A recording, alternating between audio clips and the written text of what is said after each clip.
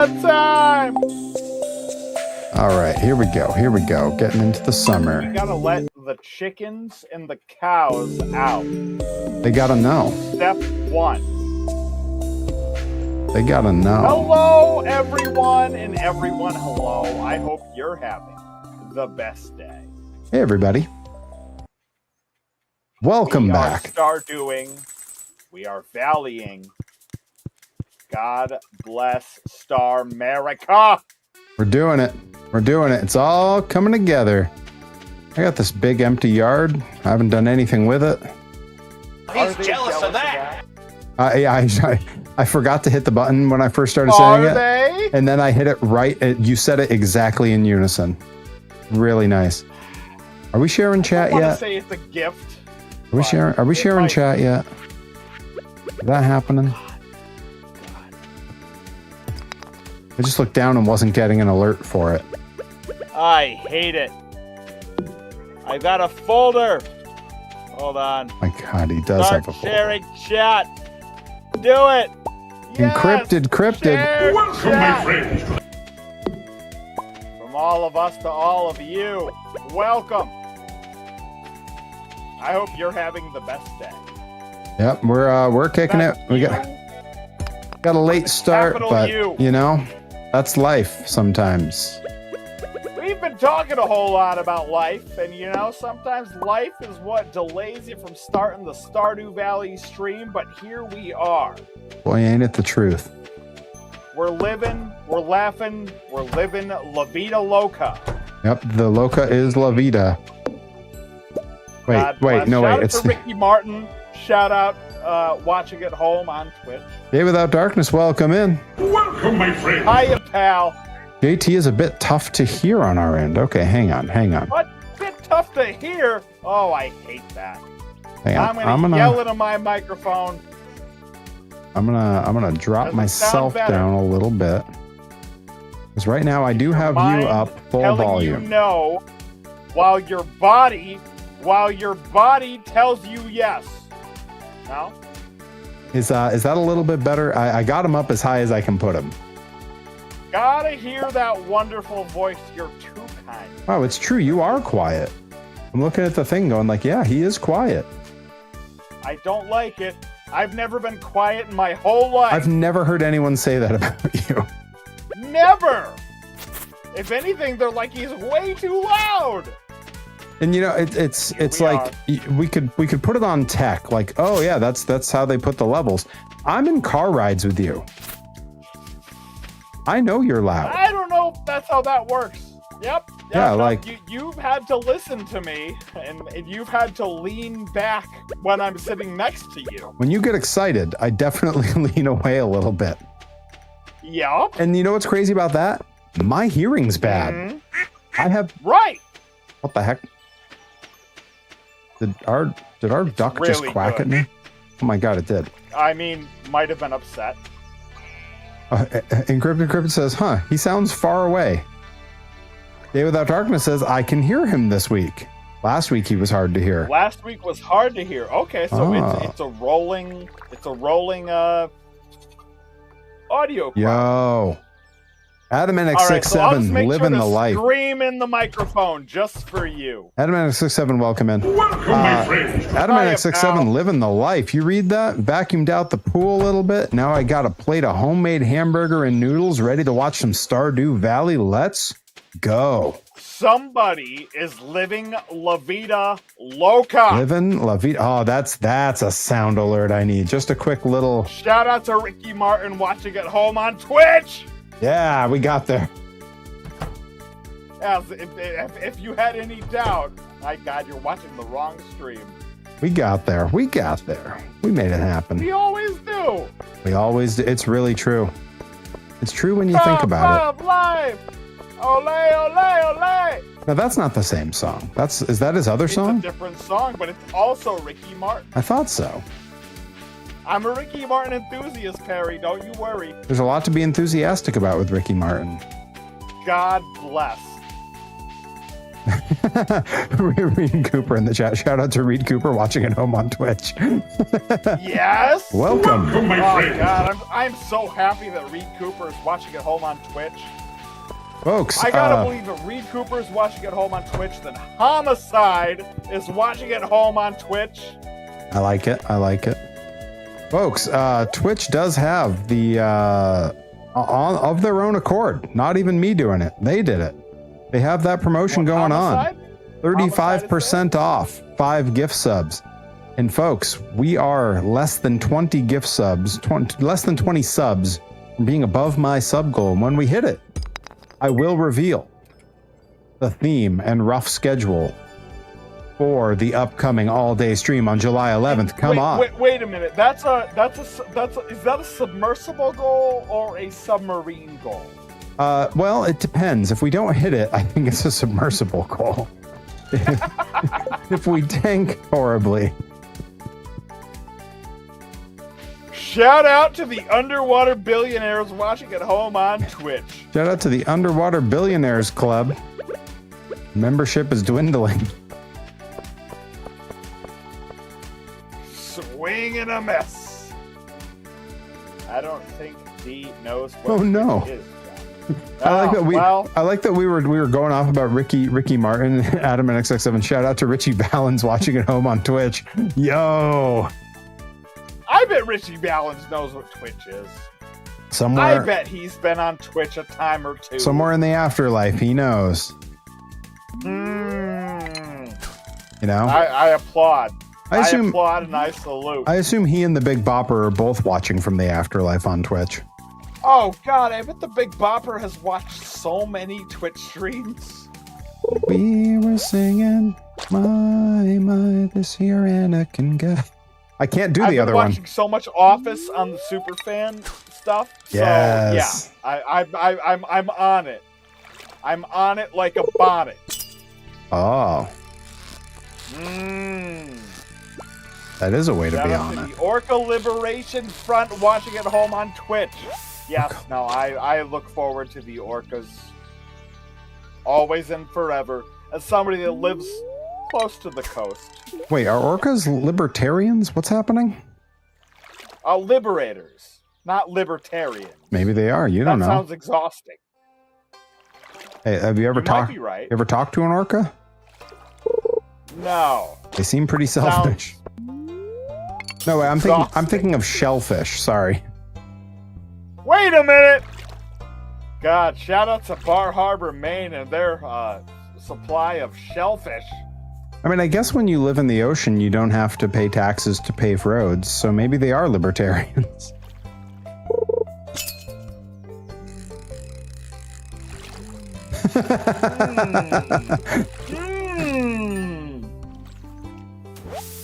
You might be right, Perry, as you usually are. I was gonna say, might I? You might. I might, Rabbit. You might. Oh, there's a towel. There's 2 towels. 3 towels. Where did these come from? Is this are these beach or hand? Beach. They're at the beach. Oh, I love that. They're nothing. They're just laid out there. There's no one there. Here's a joke for everybody. I was looking for my pickaxe. I dropped it off at old the blacksmith, Mm-hmm. and I realized that after the guy closed, so I can't chop any rocks, and I have to go see him tomorrow.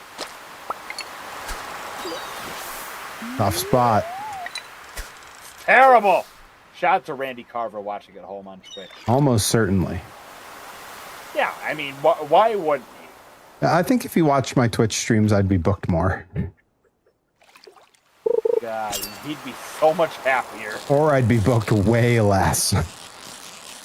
And he'd be so much happier. No, really, you should be around. He either needs way more of me or none of me at all. Now, I don't know. Not my place to say.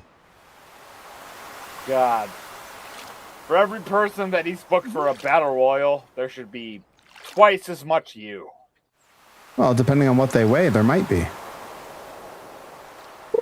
That's right. Facts.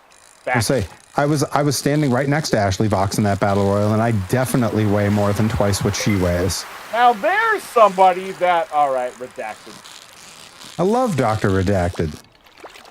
God, I can't wait to see him this weekend. I messaged him last night to remind him to please bring my toy monster truck that he bought me when I went out to visit him. We both forgot and left in his car. And he remembered. It is in his bag. I will have it at the luau. Did you tell him that he was the most beautiful man that was ever born? Every time we talk. Without missing a beat. Let's see. Twice, maybe 3 times. No, the correct answer. So Reed Cooper, I weigh 245. If I was 3 times her weight, that would make her... Ashley Vox is about, what? Actually, shit, might be close. 65 pounds? I was going to say 85. She'll insist that she's more than that, but I have picked her up and she's lying. Right, like, I picked her up too, and I was teeny tiny when I wrestled, so... I don't know. It's possible. You know, you might be right. I might be 3 times her size. It seems unrealistic to me, though. She seems about 65 pounds. That can't be right. Shout out to Dr. Redacted. Pounds. Shout out to Dr. Redacted, not watching at home on Twitch because he has already landed in New England. His flight was today. God, New England is so much better now. Reed Cooper says, how are you only 245? Yo, it's a lot of work. Let me tell you. With great difficulty. So 245 is actually a little bit heavier than I necessarily need to be at my current frame and at my height. I could not jump roping enough. I could trim down to a 235 or 240 and still look very much the part. You can jump rope more. And truth be told, I haven't been on the scale in a little bit, so I might be a little bit lighter. Because I've been jump rope. I've been jump roping plenty. I mean, I see the Instagram videos, but also I'm like, you might rabbit. Yeah, you're watching those videos and going, why are they always only 15 seconds? Right. Well, that's the length they give me at an Instagram story. I believe in you. That's the length they give me on an Instagram story. You can be Zack Sabre Jr. You can do it. No, thank you. If there's anybody that can do it, it's you. No, I could never have that kind of cocaine habit. I don't believe you. I don't really want to be Zack Sabre Jr. He's so shredded, and he jump ropes so much. Is he shredded? To me, he was just always skinny. He's shredded. That's what everybody says when they're heavy and they don't want to talk about being shredded. They'll always be like, oh, they're just skinny. Like, that's a ripper thing to say. I mean, I see that, but like, when I think of shredded, I think of someone with like striations and like, you know, it's how did our trainer Antonio Thomas used to describe it as cellophane skin stretched over cinder block muscles with steel cable veins, and I do not see that on him. I would rather be Zack Sabre Jr. than Antonio Thomas. If I had to pick in a lightning strike amount of time. I mean, certainly I know which of the two made more money. Yeah, it's not even close. Although one of them works for, Redacted Pro Wrestling. In each of theirs defense, they're both very happy. That's all we can ask for. Yeah, there are no there are no winners and losers if they're both happy. As long as they're both shredded. Otherwise, they're just liars. Yeah. If you're not shredded, you're not happy. Exactly. I want to be happy and mundane. If you're not shredded, you're not hired. Perry, wait, hang, I'm on it. Yeah. Not higher. There it goes. Eye level. Sorry, I was reaching for my water because Adam and X67 redeemed a hydrate, and I almost missed the cue. Oh. I can do that too. Hydrate, will you? Jeez Louise. Too. I like Tomaselli. Shout out to Christian Shaw watching at home on Twitch. She's a horse. God, is she? I like Reed Cooper writing Tomaselli as one word. I like that a lot. Vito Tomaselli? No, like Brandon Tomaselli? Thomas, Like the Iron Saints. like our trainer, whatever his gimmick now is. I like that you combine them into one word, Tomaselli. I like that. I thought he was talking about Vito Tomaselli of the Iron Saints. Is he over at the But school I'll that's take it. actually making some pretty good talents? I don't actually know who any of the talents they've made are, because I don't watch the one company that posts They're like their footage. completely fine. I mean, I know some of their you hear kids a little bit. I've never seen them work. Tired I sound. Huh? Do you hear how tired I sound? Yes. When I say that? I was gonna say, like, I know a few of the kids from there, and they're nice enough kids. That's the perfect answer. What do you Yeah. think of them as wrestlers? They're nice guys. Genuinely, my answer is I've never seen them work. Like I know that that sounds like a very diplomatic answer. Livia's very nice. I will put my stamp on now, is that Livia's school? Because I know that Chaotic claims her as well. Everybody tries to claim her, and she doesn't claim anybody. I was gonna Which say, to me is like as far as I know, tip of the cap to Livia. yeah, like as far as I knew, she started training with Ryan Waters initially. Right, and like who would? Never mind. Well, and then you This know, might get shared to well, him. like this is the thing. If you actually like wrestling and you actually give a shit, you don't stay with one place to train you. You go everywhere where there is talent and everywhere where there is something to learn. So if there's something for her to learn from Antonio, she'll go there. If there's something to learn at Chaotic, she'll go there. Like, right? Like that's like Seabass, I give credit to the New Japan dojo. yeah. But also I know that he comes from elsewhere. I was gonna say, like, you could easily credit Chaotic with him because they gave him his baseline training, but like the fine polish is just as important. Yeah, like that's If I had to pick one, something that I wasn't really cognitive of in my own training, but wound up doing anyway, and that was how I learned it was the right thing to do, was going everywhere I could. Like I wound up training at 5 different schools by the time I considered myself fully trained.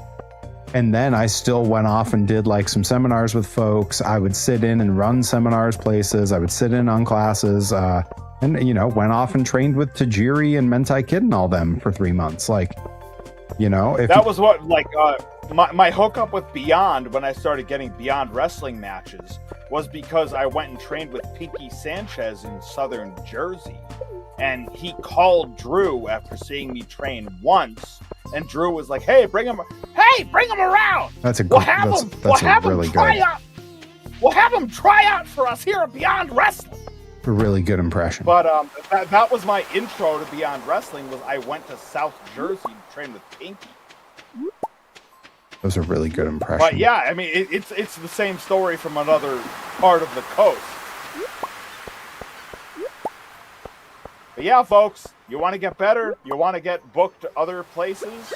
Go to the schools.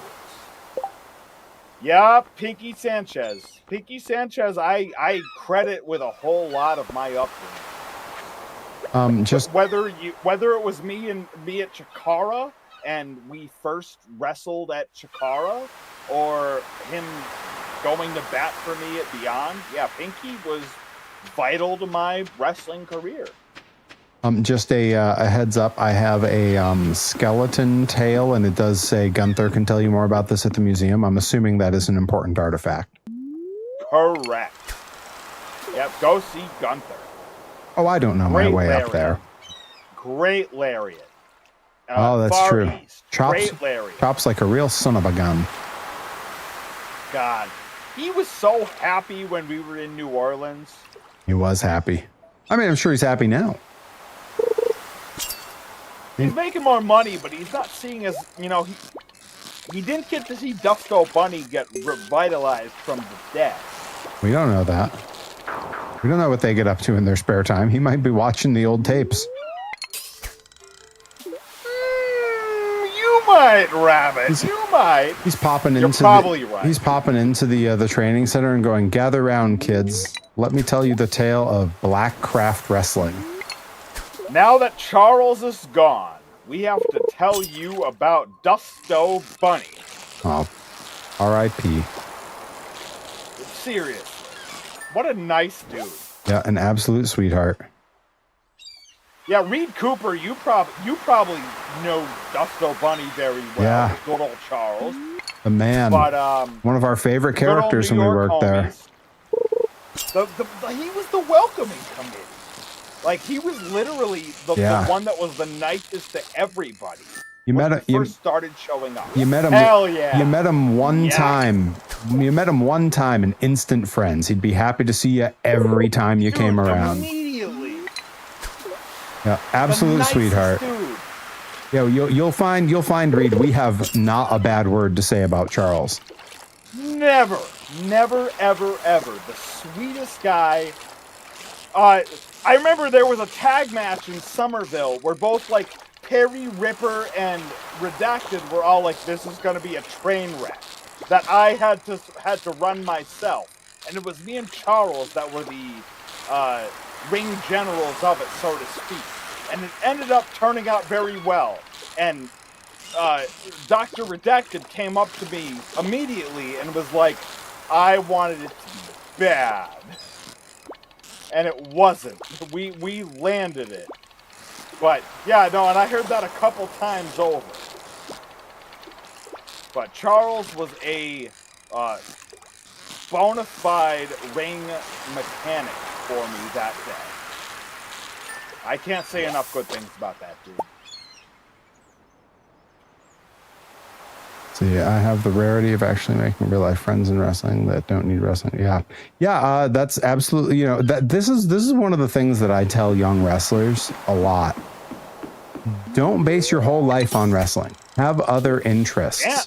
Read other books. Listen to other podcasts. Listen to other music. Like, do some other stuff, because it's important that you focus on wrestling. Yeah, like you should know it inside and out, and you should care deeply about it.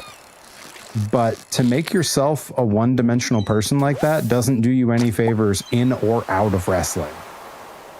And it becomes such a thing for so many people that they start using the lingo other places, and like it's like you just seem uninteresting when you're like this, like do other stuff. Man. Like, Perry, everything that we've done together in terms of like the most interesting things we've done together have been non-wrestling things. Yeah, for like the most part. Some of it has happened. We go to Al. Yep. We go to Less Than Jake.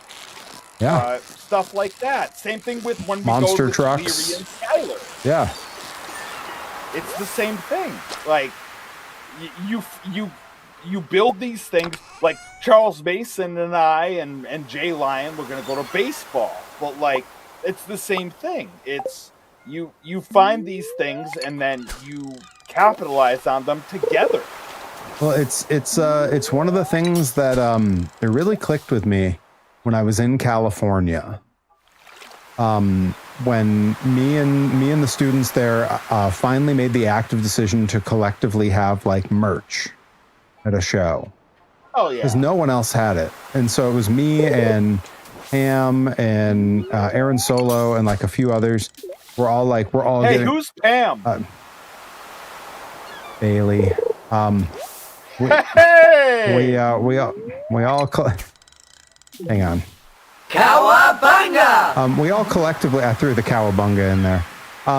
Of course you did. We all collectively decided, like, let's have merch. Like, let's make merch, even if it doesn't sell. Like, it's fun, and maybe it will. It wasn't a money thing. It was like, this feels like part of being in the business, and so we did. And I know, like, right away, like, my merch, I don't think was much more interesting or better than theirs. And right away, I outsold all of them. And we were all talking about it, and it was one of our trainers said, well, yeah, and just went down the line of us and said, like, pointed at Aaron Solo, pointed at Steve, Steve being my buddy Chemo from out in California, pointed at Aaron Solo and said, X Division kid with biker shorts and kick pads. Pointed at Steve, X Division kid with biker shorts and kick pads. Pointed at Pam, girl wrestler who dresses just like the X Division guys, but with a top. And then pointed at me and said, full suit, tearaway with a monocle, rich snob character, takes him 5 minutes to start his match. The whole crowd boos when the pants come off. Which one does the elementary schooler go home talking about and then tell his friends about on Monday? And I was like, yeah, I guess that's a pretty good point. And he goes, you ain't going to tell him about the 5 wrestlers who all looked exactly the same and did all the same moves. He's going to tell him about the guy who looked like a weird combination of Captain Crunch and like every rich snob character from every movie. Oh man, you making a Captain Crunch graphic would be crazy. So if I was still doing the rich guy gimmick, I would have made this into a shirt by now, but what if Captain Crunch drove monster trucks? He could drive monster trucks. We don't know what he's up to. Why wouldn't he? We don't know what he was doing when he wasn't captaining a crunch ship. I think that's what drew me to Perry, his love of monster trucks, fun music, and other things. Johnny, it was our shared appreciation of the mighty Gordon Lightfoot. Bless. Sundown, you better take care. Yeah, well, and that's so that's something that I've talked with some other wrestlers about now. Shout out to Gordon Lightfoot watching at home on Twitch. Like, Johnny, when's the last show that you and I were both at together where you didn't see a fan come up to me with gifts? It happens every show. I'm gifted something. It might have been a main show, but I can't reliably. And it would have been some time ago. Like every other main show. And like it's gifts and it's better merch sales, and it's because I talk about more than wrestling. Right. I get on my socials and I talk about toys I collect, or I talk about toys I'm making, or I talk about like, you know, my love of old school monster trucks. Less Than Jake. Yeah, I talk about Roger from Less Than Jake being my first male crush. You got to talk about. I don't know why I had a thing for bassists. When Roger was like Perry Von Vicious is my first male crush. You know, I mean, you guys what a time to be alive. Have to deal with that.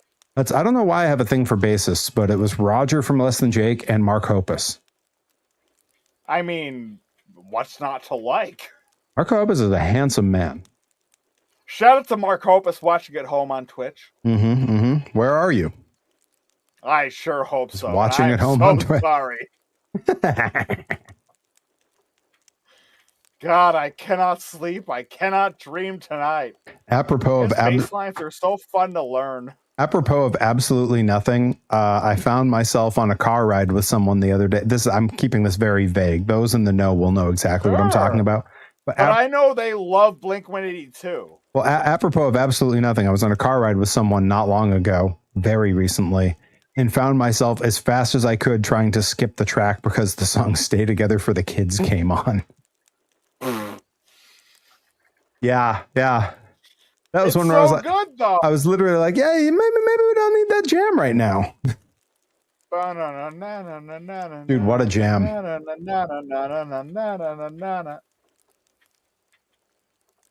Anger hurts my ears. They're running strong for 7 years. At home.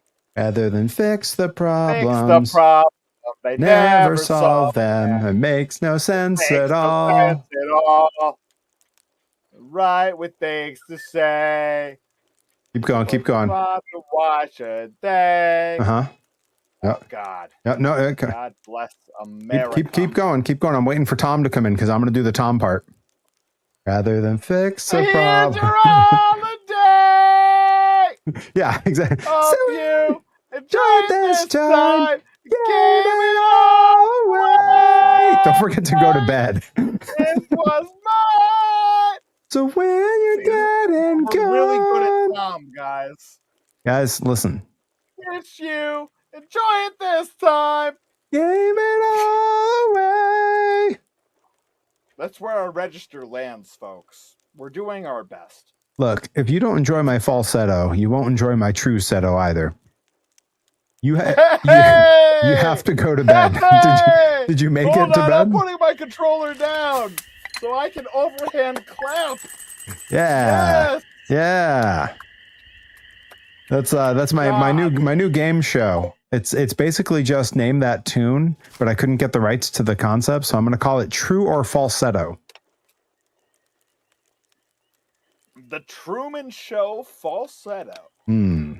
Starring Jim Carrey. Starring Jim Carrey as Tom DeLonge. Oh my God!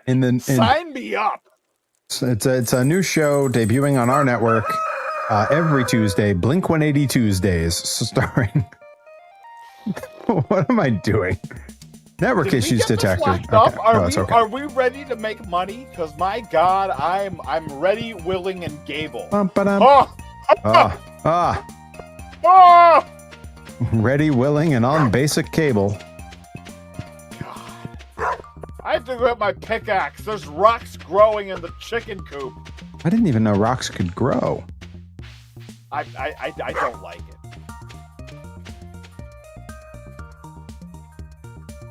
They announced someone earning a spot in the scramble. Like for breakfast? Who is this? Let me look them up. Oh, it's that I can never get the name. J Karma. It's Tanjay Karma? Tanya Karma? I don't know how to pronounce this, and it's all one screen name. Did CPA not get a spot and Homie did? Thus far, that seems to be the case. But I don't believe all the spots have been filled. I believe that there's still spots. Did CPA post a promo? That's what they asked everyone to do.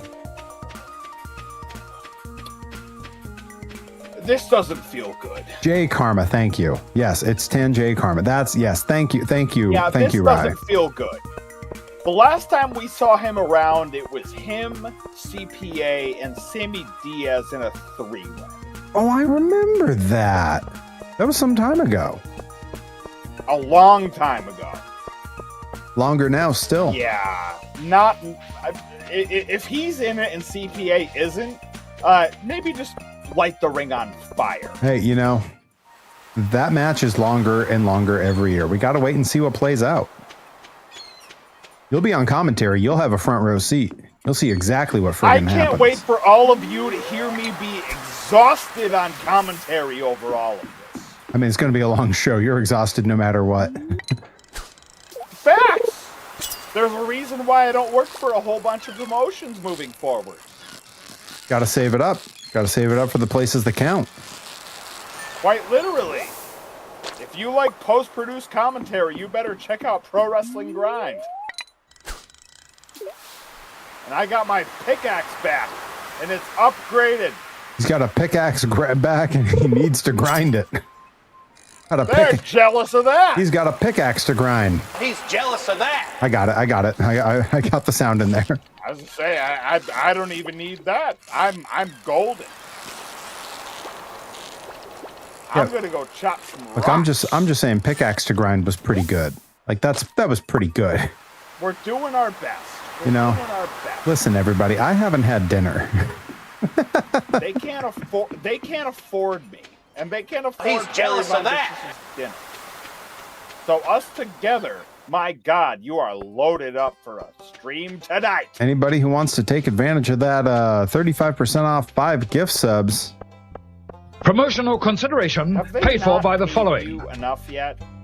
Look, the world is not enough. Folks, what are you doing? Perry's got a mortgage.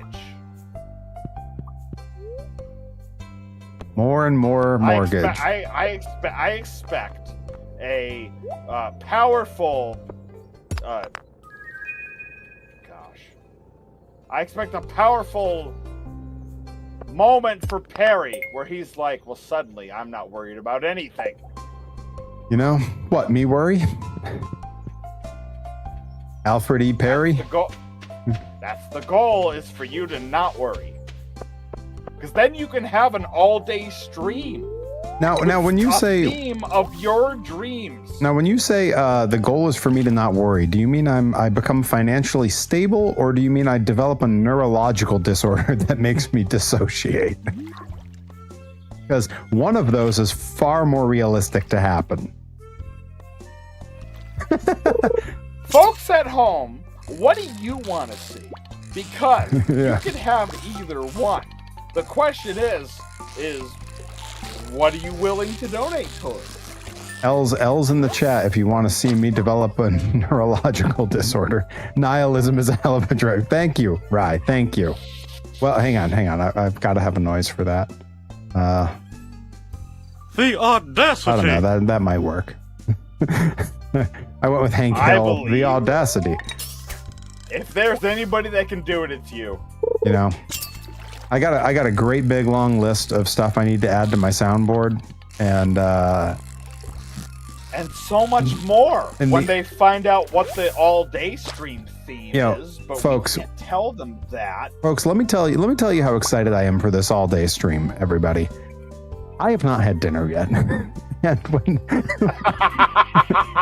when this stream ends, sometime probably shortly after 11 o'clock, I still won't have had dinner, and I broke poor Johnny Torres.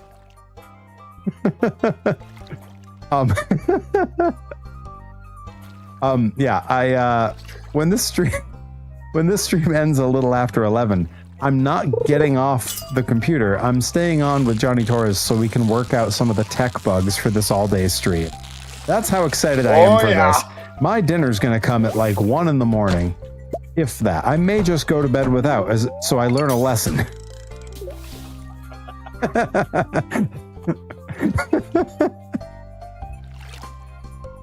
Folks, y'all are gonna get the best all-day stream, whether it be, as a result of or in spite of everything that's happened today.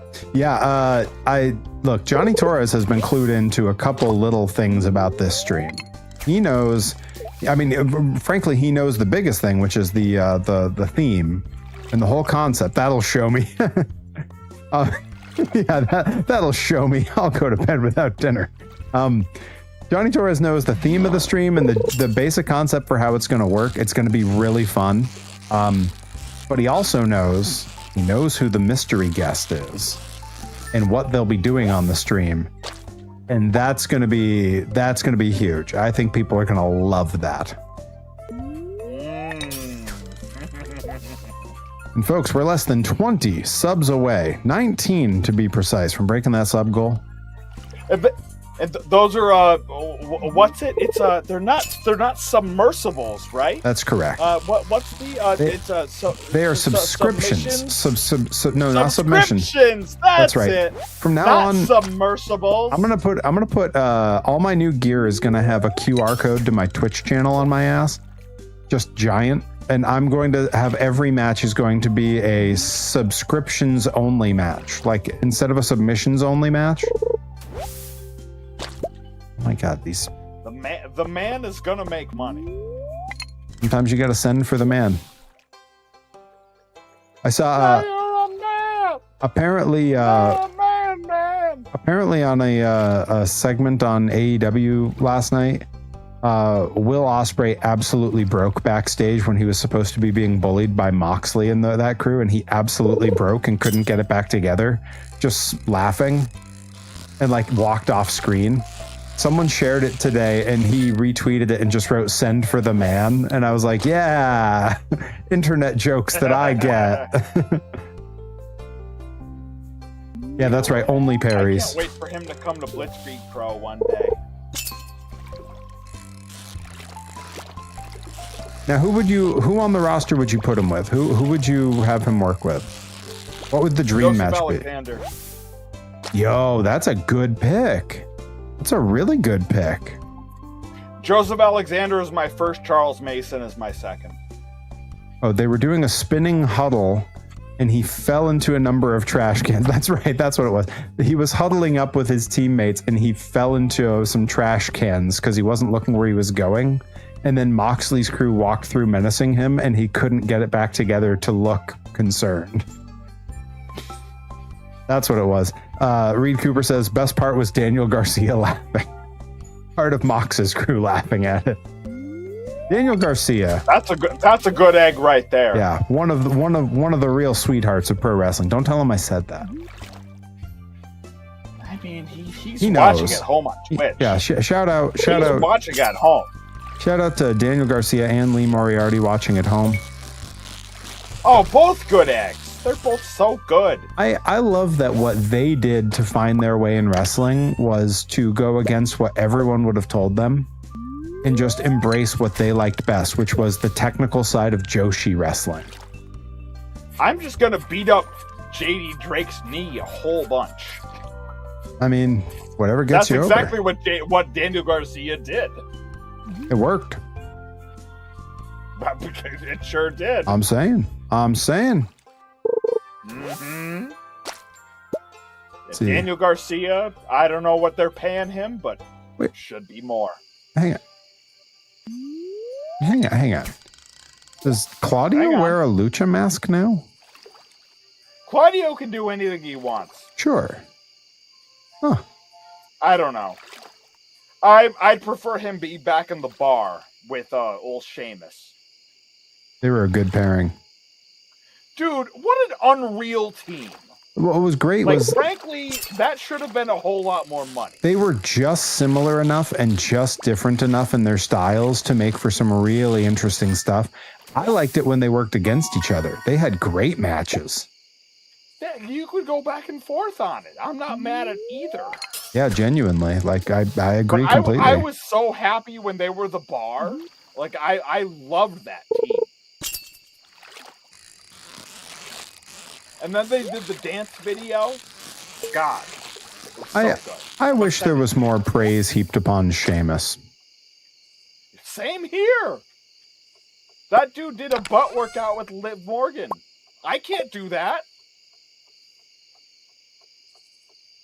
Can you?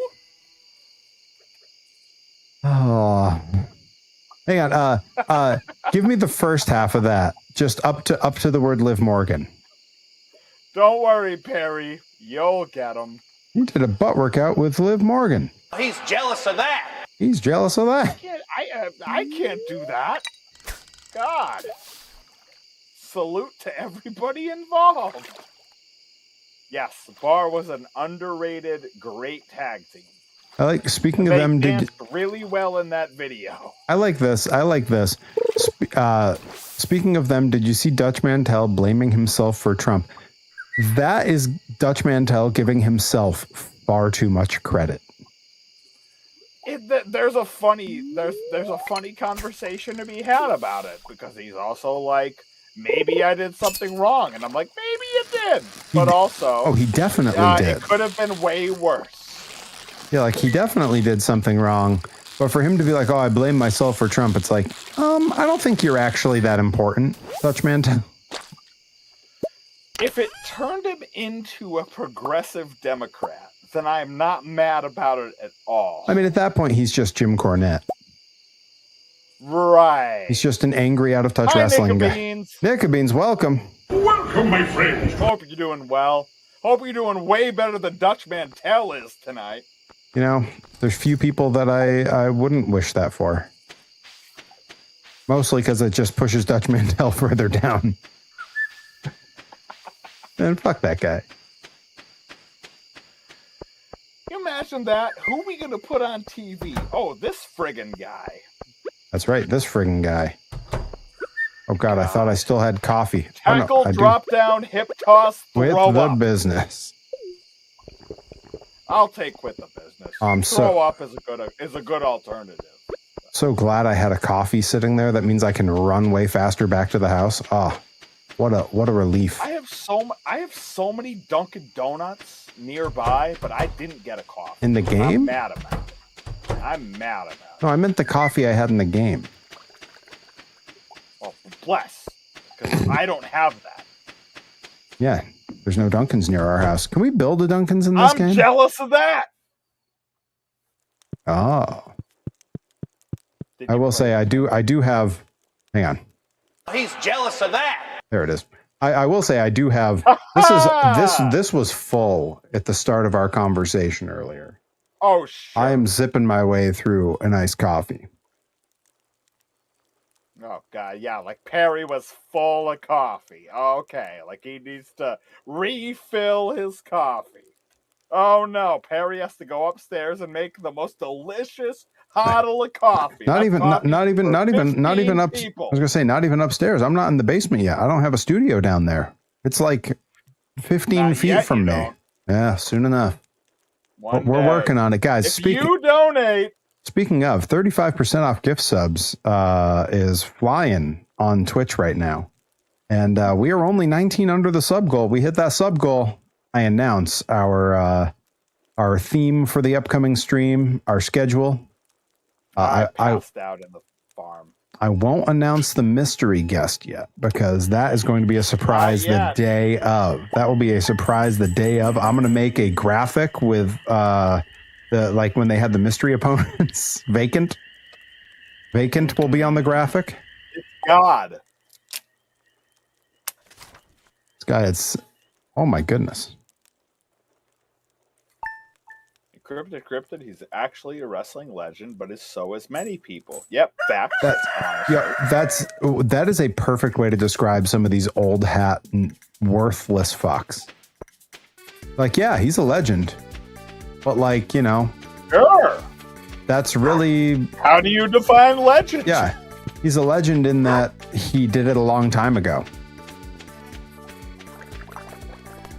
Like, if you had $1 for every Woodpecker. time that I went to a Southern Connecticut wrestling show, and they were like, "We've got a legend showing up for you," and it was name redacted, who doesn't matter, then yeah. Can I guess at some of the redacteds? Is it? Oh, please do. Is it Ron Zombie? He's one, yes. I never really talked to him, so I don't know his deal. Was he all right? Me and Ripper saw him at the Iron Maiden concert. That tracks. He was there. I have 2 emeralds. Do we need those, or should I put those in the thing to sell? Did Gunther say that he wants them? Not that I'm aware of. It doesn't say anything in the description. You can go ahead and sell them. All right. I also have a Nicoite, delicate pink shards from a tiny pink meadow. Nicolaj. No, it's Nicolaj.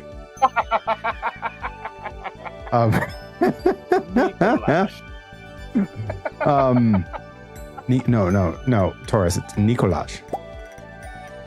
No, Nicolaj. Shout out the entire cast of Brooklyn Nine-Nine watching at home on Twitch. All together. Oh, God. If Jolo Trulio ever wants to be on this stream, we would love to farm with him. Yeah, he could be on the stream at a very reasonable rate. God. So anyways, this Nicolaj mineral, can I sell that? If Gunther don't want it, you can go ahead and sell it. It doesn't say anything about Gunther. I got to bring him that. Bully Ray, I will say, because I saw he got a whole bunch of traffic lately. He was very nice to me. The 2 shows that I worked with him for House of Glory. I can't speak beyond that, obviously, but I mean, it seems everything that I ever asked him about the match that he was having or anything like that. Nothing but a good dude. Yeah, I think he's just trying to get a lot of traffic on himself to take the focus off of what's going on with Dreamer right now. Radio guys are gonna radio, right? That's everything Mark Maron has said about all the podcast guys. Is that Mark Marrow?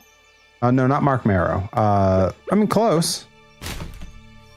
In that they're both humans. KO, right? Yeah, I know who you're talking about.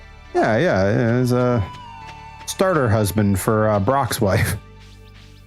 God bless Sable America. Sable America. I'll stand for that pledge. Anyway, ready, willing, and Sable. Ready, willing, and Sable. Come on, we got there. Make that a t-shirt. I'm on it. T-shirt. Yep. You want to make money, don't you? Our good friend Joey Nails earlier sent me a design he had made for a shirt, and I was like, yeah, that's pretty good. It's like it's in the early like sketch phase, and I was like, yeah, that's pretty good. Right. Yeah, that's all right. And then he sent me the image that he crappily photoshopped to show what he wanted, and I was like, dude, the crappy Photoshop image you have to make into a sticker. And he goes, yeah. I go, I'm going to send it to you after, and you are going to be like, oh my God, it's so good. It's so good.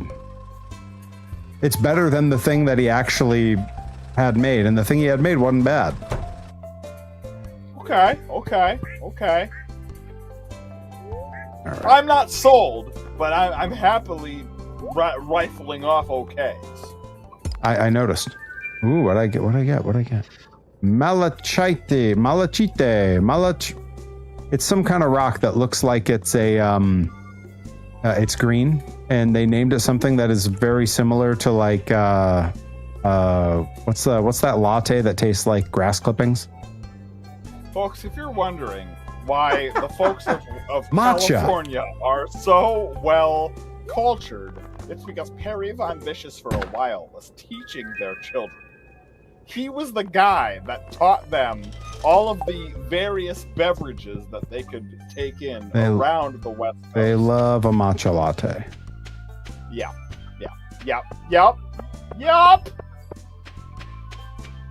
But it's all because of Perry Von Vicious. He's the reason why Tijuana has a real big mask buying community. It's the reason they all have real big fish. Mm-hmm. I just walked up. I said, listen, this is Skylar's entrance music. You like real big fish, don't you? Well, I've got a real big fish here. Wait a minute! Gotta talk to all these chickens! There's so many of them. The crazy thing about real big fish is how long one can go before you actually see it written out and you realize that it's a pun. Right. Because it doesn't... The pun for me was going as long as I did before I realized that the lead singer looks just like Jeremy Leary. Well, I think it's actually the other way around. It's way too close, and it's uncomfortable. And then when Leary started doing his hair and sideburns like him, that was an issue. When the guy had a wireless microphone and started spinning in place, I'm like, oh my God, it's Jeremy Leary. Yeah, prove to me it's not. They're literally the same person. Automod wishes it was back in high school. Well, high school never ends.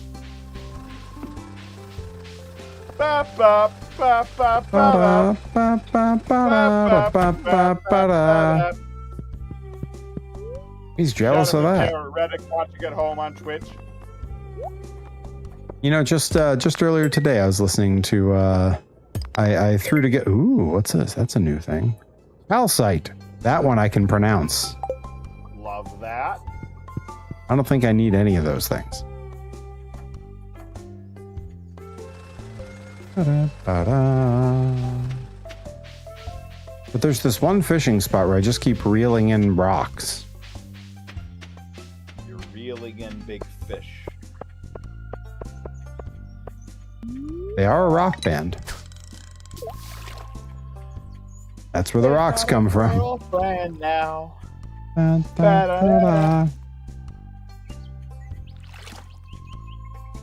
You can really tell the maturity level of a band by how often they use the term girlfriend. Yeah, well, and bonus points if there's a random female girl singer in there that's just purely for paying off the song. Like, she's got a girlfriend now. Yeah.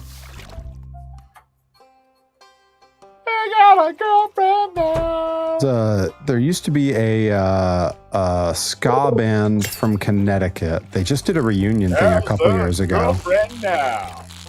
They just did a reunion a couple years ago. That was fronted by two sisters. They were called Tip the Van. Oh, yeah. I know Tip the Van. And they were awesome. They ruled. And the younger of the two sisters, one year when we were all on Warped Tour together, filled in for the girl singer for Real Big Fish and did the girl part in that song. And we were all super jealous. And then they literally had her do it like the rest of the summer.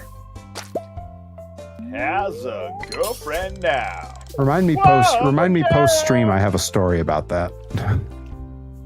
It might be a story you've already heard. God bless Peramerica, land that I love. Not Empirica. It's Peramerica. Peramerica, land that I love. You know? Yep. I've chosen. Don't know if I'd consider myself cool. Yeah. Then again, the license plate on my race car is Joe Cool. And yeah, that is a Snoopy reference, Reed Cooper, 100%. If Adam and XX7 has a drag race car with Joe Cool as the plate, you can be guaranteed that is a Snoopy reference. Right, guys locked in on Snoopy, all forms of Snoopy. Yep. Loves him some Flash Beagle. Loves his cousin Spike. Wait, hang on. A whole lot of Snoopy references I didn't know until I saw him. He's jealous of that. I was going to say, I got to start over. I got to hit some jealous of that. Loves him some Snoopy. He's jealous of that. Loves him some Joe Cool. He's jealous of that. Loves his cousin Spike. He's jealous of that. Loves Flash Beagle. He's jealous of that. Doesn't even mind Woodstock. He's jealous of that. There we go. Okay, we got there. We got there, folks. Yup. That's right. One of his favorite movies is Race for Your Life, Charlie Brown. Race for Your Life, Charlie Brown rules. It's so good. Is that about apartheid? Yes. That is the famous Charlie Brown apartheid film. It's just Charlie Brown going like, this guy with an apartheid blood diamond mine runs Twitter? Ugh. Oh man, Charlie Brown going off on Twitter, that's a movie I would watch. Woo!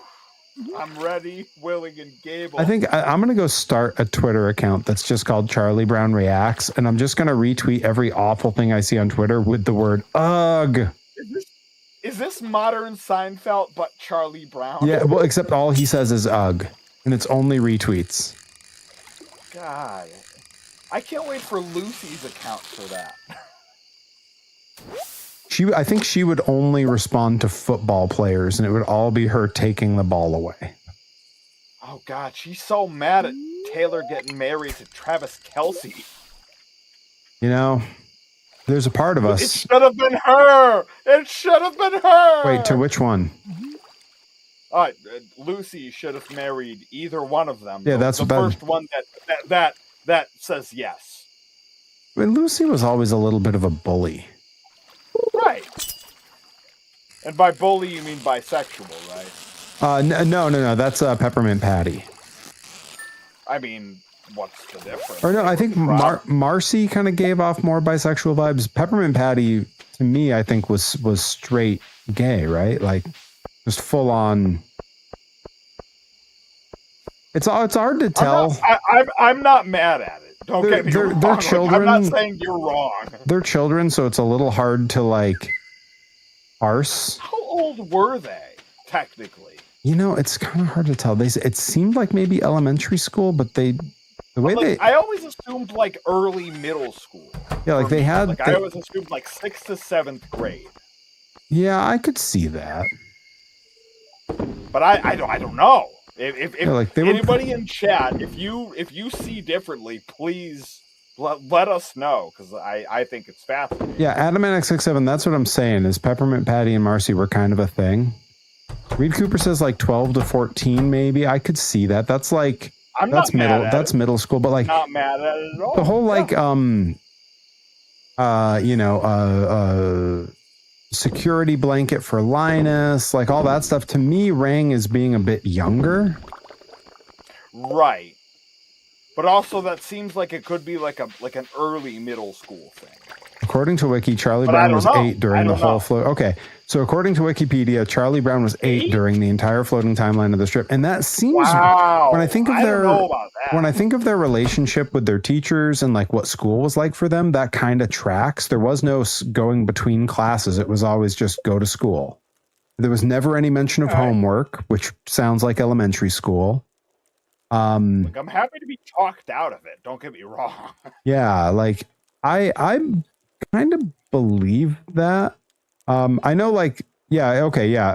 Adamantix67 says, yeah, I always thought they were about third grade. I could see that. I mean, it depends on which character though, right? Like, Charlie Brown. Were they split? Did they have split grades? So Charlie Brown had a younger sister who would have been in a different grade. Right. Right. But Lucy. was Lucy older than Charlie? I think Charlie and Linus were the same age, but Lucy is Linus's older sister, if I recall correctly. Is that right? Or did Lucy did Lucy have a crush on Linus? I don't remember what the dynamic there was. I feel like they were siblings. Oh man, I wasn't entirely sure. This whole stream just took a huge turn because now I need answers. I'm really glad we're having this proper conversation. Well, and it's possible that this information is lost. The Schultz Museum was lost in one of the California wildfires a few years ago. So there were tons of original drawings and stuff. The Patty and Marcy were just friends. I don't remember 8-year-olds being so sexual. They weren't sexual, but there was an energy there. Also, there was something about Marcy always calling Peppermint Patty Sir. Yes. Like there was definitely there. It felt like there was top and bottom energy there. Linus was Lucy's younger brother. Okay, so Linus was Lucy's younger brother, but I feel like Linus and Charlie Brown were in the same grade. So maybe Lucy was older than Charlie Brown. I agree with that. That's right. They were the Van Pelt siblings. Thank you. Linus and Charlie Day Without Brown Darkness. You're Robotic, welcome. Welcome, my friend. Hiya, pal. We're deep in discussion about the various family trees and social dynamics of the Peanuts gang. I hope you've had the best time at Mina the Follower.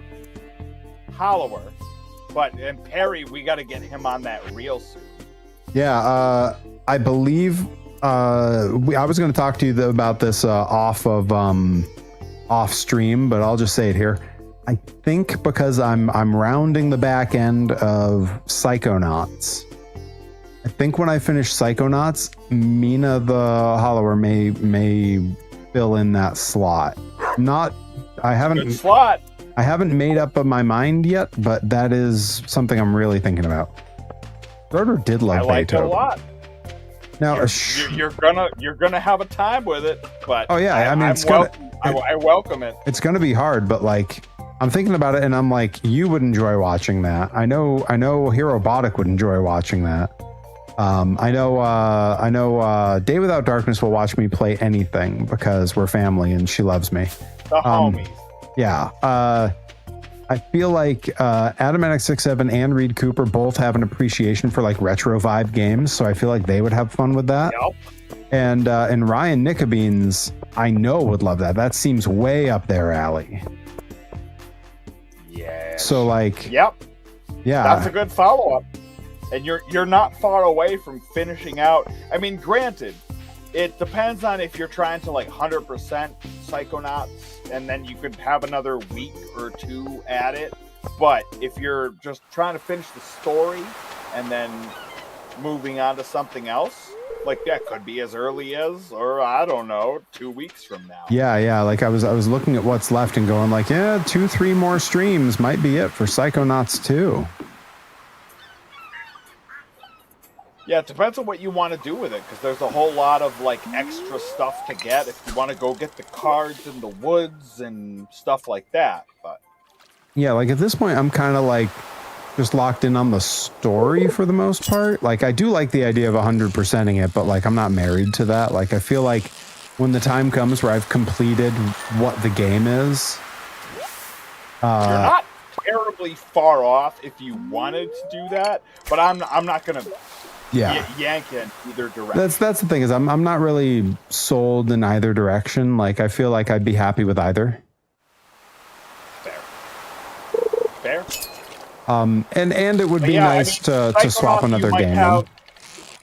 You might have 2 more streams on that, give or take. Yeah, it depends on how well I do at some of it. I think like that'll, like I know final bosses tend to be an uphill battle. So like. If I recall, you just got to Fatherhood Follies or the Russian-themed It's a Small World. Yeah, I'm just to answer Reed Cooper's question about did I fully explore the amusement park? I've just entered that, so I'm like inside the dark ride now. If I recall, it just crashed, and then now you can freely move around. Yeah, I'm out of the boat and exploring. Okay, Adam and X67. You've got a whole lot to go. Okay, so Adam and X67 of the Snoopy siblings, I do recall Spike, I do recall Olaf and Marbles. The others, I think I recall Rover. The others would be new to me, but like, you know, there's deep lore in the Peanuts gang. I mean, the Peanuts gang is about the same age as my parents, maybe older. So like that's all just like Advance Wars characters. It's been around. There's another amusement park behind the school, you say? I don't think I've. Oh no, I did see that a bit. That was the outdoor one, right? With the carousel. I do believe I did see that. Yeah. TV special, Snoopy's reunion. Yeah, I think that's something that probably I missed on my radar. I haven't been that locked in on Snoopy in general. Yeah, I feel like I'm missing out on a lot of lore here. But we're getting there. We're getting to the bottom of it. By the end of the stream, figuring it out. Yeah, by the end of the stream, we'll have sorted all of this. Will I have actually watched it by next week's stream? I don't know, but I'm glad I know about it. That's what matters. That's the greatest gift of all. Besides figuring out that Adam and X67 and I both enjoy Gordon Lightfoot. That was important. Sundown, you better take care. Anyways, that's enough of that. Our pig's name is Porky. Yes, it is. I might be able to finish off one of our community center goals. How much more do I need? I got to get up to that museum and get that bone piece to that guy. Hell yes! I'm gonna figure out where that museum is. I'm on it. I'm gonna drink some coffee so I can run fast. If anybody can do it, Perry. If anybody can do it, it's you. You know, you're right. If literally anybody can do it, then so can I. I'd put you at the top of the list. Yep. I mean, the list only has my name, but hard to be at the bottom. And actually, it's easy to be at the bottom if I'm the only name. Shit. Well, I mean, CPA's on the list, but he can't even get booked for the luau. Well, he's on the list. Well, he's not on the luau. Well, it's on the list. Low blow, low blow. I'm sorry, CPA. It's a low blow, blah blah. Love you. Blah blah blah blah blah. You're a wonderful person. We watched Motion City soundtrack together. Oh yeah, I knew that. In Chicago, greatest city in the world. Yep. Well, held in my red cabbage. It's crazy that it only took us 2 cities to find the best one. This is the second city. You already know. What was the first city? It's hard to get around there.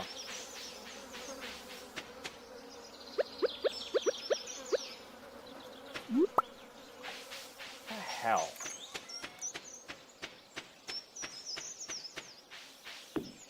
Darn. Whoa, there's like a bathhouse? Oh yeah. Yeah, there's a full sauna / Old West train station. Yeah. I'm just trying to find the museum. It'll refill your stamina if you're ever feeling, down and bad. See, and we thought that there wouldn't be a hot tub stream. Maybe I'll go into the bathhouse, have a hot tub stream. He's jealous of that. He's jealous of that. If we ever have to make that happen, I have like a bunch of neighbors that all have hot tubs, and we can make that work. Hell yeah. Adam and X67. Perry, you gotta rob that train. Sold. I remember the last time Perry robbed a train. Be running up that hill, robbing up that train. Robbing up that building. Well, Shout out to Kate Bush watching at home on Twitch. my favorite Bob's Burgers joke. Do you know the one? It's not even that. I'm still thinking about the song, but you go ahead. Louise and her friend snuck away from where they're allowed to go on the museum field trip and into the botanical gardens. And when Bob goes to look for them, he goes, "Okay, you two, I can see you two hiding over there." And Louise goes, "I'm not Louise. I'm," and it was like some like rhododendron or something like that. And then her friend, regular size Rudy, just goes, "And I'm Kate Bush." So good. Only could make a deal with God. Get him to swap up places. What a jam. God. When that Stranger Things Covered episode, a million times. yeah, when that Stranger And I Things hope it gets episode covered came a out million and more. like the world became reacquainted with it, my wife was like, "How the fuck do people not know this song? Like, Yep. This is one of the great songs, and it's absurd that there's a whole generation learning about this now." Was that your moment? You were like, okay, yes. I mean, I know why I married you, but here's one more reason. Honestly, like at this point, I just always assumed that I lucked out, and I should really just count my lucky stars. Robotic. I had previously been unaware of that song, but it's a damn banger. Wow. What? God. Ah, Change your handle to Kate Bush Botic. Does your son know the song? Wake him up with it tomorrow. you imagine first thing in the morning during summer vacation, your dad hovering over you as you wake up, and he goes, "I'm glad you're awake. You need to hear this." And just hits play on the phone. He's not that much of a music person, but he loves Weird Al. What? He loves Weird Al. God. Here, Robotic, you and the boy and the wife are coming to Weird Al next month. And I need to know. They're big in love with Eddie Vedder. I need to know, is that the boy's first concert? I think you had said it was. What a pick. What a pick if it is. It is, I yeah. can't believe it now. Perry's knitting him a sweater. What a pick. What a pick. 80s music is the bane of my existence this Day Without Darkness. Hey, wait a minute. Wait a minute. So, I knew we were heading for disaster when Day Without Darkness was caught hanging out at the Ticketmaster. Listen. My first concert. What? That now you've got an unrequited. My first concert was the New Kids on the Block. Step by step. And I will Frustrated. not hear anyone speak ill of them. Spokesman for the Disaffected ill grunge generation. And I don't wear Doc Martens, and I don't wear flannel, and I don't boycott the music you video don't? channel. Actually, I do all of those things. God, I bet you have the best pair of Doc Martens. You saw them. I wore them. You don't boycott the music video channel. I'm gonna say well, technically I'm a cable cutter, so in a way. Wait, I was gonna say no MTV, but you're a Fuse guy. that's right. I was a Fuse guy. Fuse was way better. Way better. I was a Music Match jukebox guy. Now I'm trying to think. I'm like, man. Day Without Darkness says, "Listen, you all weren't there." Technically I was there. Because of the internet, I can be anywhere. I grew up on hair metal and MTV entirely. Right. You do know that I own Doc Martens. You saw me wear them at an event that I'm probably not going to mention on stream for reasons that aren't totally public yet. But it was an event where Don't wear flannel. it was an event where you had to change outfits, and it was in one of my favorite weird Johnny Torres moments. There's only one. Well, one of. It made the list. Yes, I have done outfit changes before. You know, you dress for the mood in the room. Yup. I've done this. Do I regret it? Maybe. I've never known you to regret anything. Right. It's only years later. Even then. And even then, it's always very hesitant.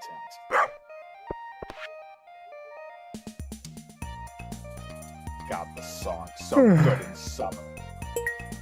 Oh, Demetrius offering a big reward for a pufferfish. I guess I better go back to the ocean. Pufferfish! Pufferfish? I barely know her fish. Hey, hey!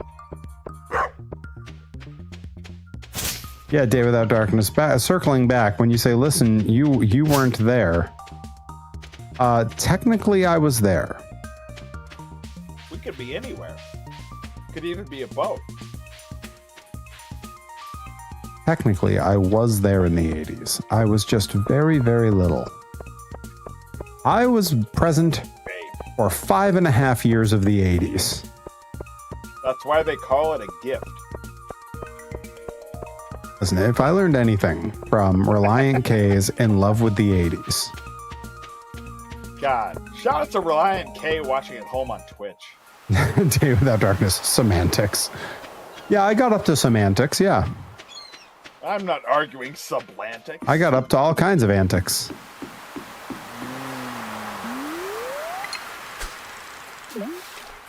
I mean, if there was a decade of my life where I got up to some antics, it was definitely in the 80s. Ages 1 to 5. That's the primary time where antics happened, right? Yeah, I mean, a lot of them weren't really child involved, but yes. Right. But antics all the same, like whether they were, drug induced or not. It's still antics. Right, Reed Cooper I know says, a thing or two about antics. Don't tell me I feeling don't. when you realize you were actually a teenager in the 90s, go get my coffin ready. I mean, I barely hit my teens at the end of the 90s. I had 2 years of the 90s where I was technically a teenager. Right at the end, because that's how time works. Great time. Yeah, I just realized, I was like, yeah, it was right at the end. Yeah, of course it was right at the end. That's how time works. You don't start the 90s a teenager and then... Actually, I could have. I could have been 18 and 19 at the beginning and then been in my 20s, but that's definitely not what happened. In the words of Joey Nails, nailed it. Nailed it. Nailed it. Mm-hmm. Nailed it with that weird, crappy Photoshop design he did that I insist would sell like crazy as a sticker. You insisted on that? I insist on. Hang on, I'm going to send it to you. I realized I was like, why am I waiting? Okay. 5 years is nothing. Yes, you are correct, Reed Cooper, because quite literally, you triple that. It was the first time I met you in New York. Because time makes fools of us all. Day Without Darkness says, I just turned 20 in 1990, and I don't believe that for an instant, but I like the hustle. Being around for Third Eye Blind at that age, God bless you. All right, so I've just sent you the design that he's having made for a t-shirt. That's the precursor. You need to see that one. Okay. Once you've seen that... Should I shut off my camera first in case I throw up? No, you can look at that and then let me know when you've seen it so I can send you the one that I think would be a great sticker. Because the precursor is important. It's important that you have the context. I'm going to turn the back of my chair. That's totally fine. Camera. Let me know when you're ready to see the other one.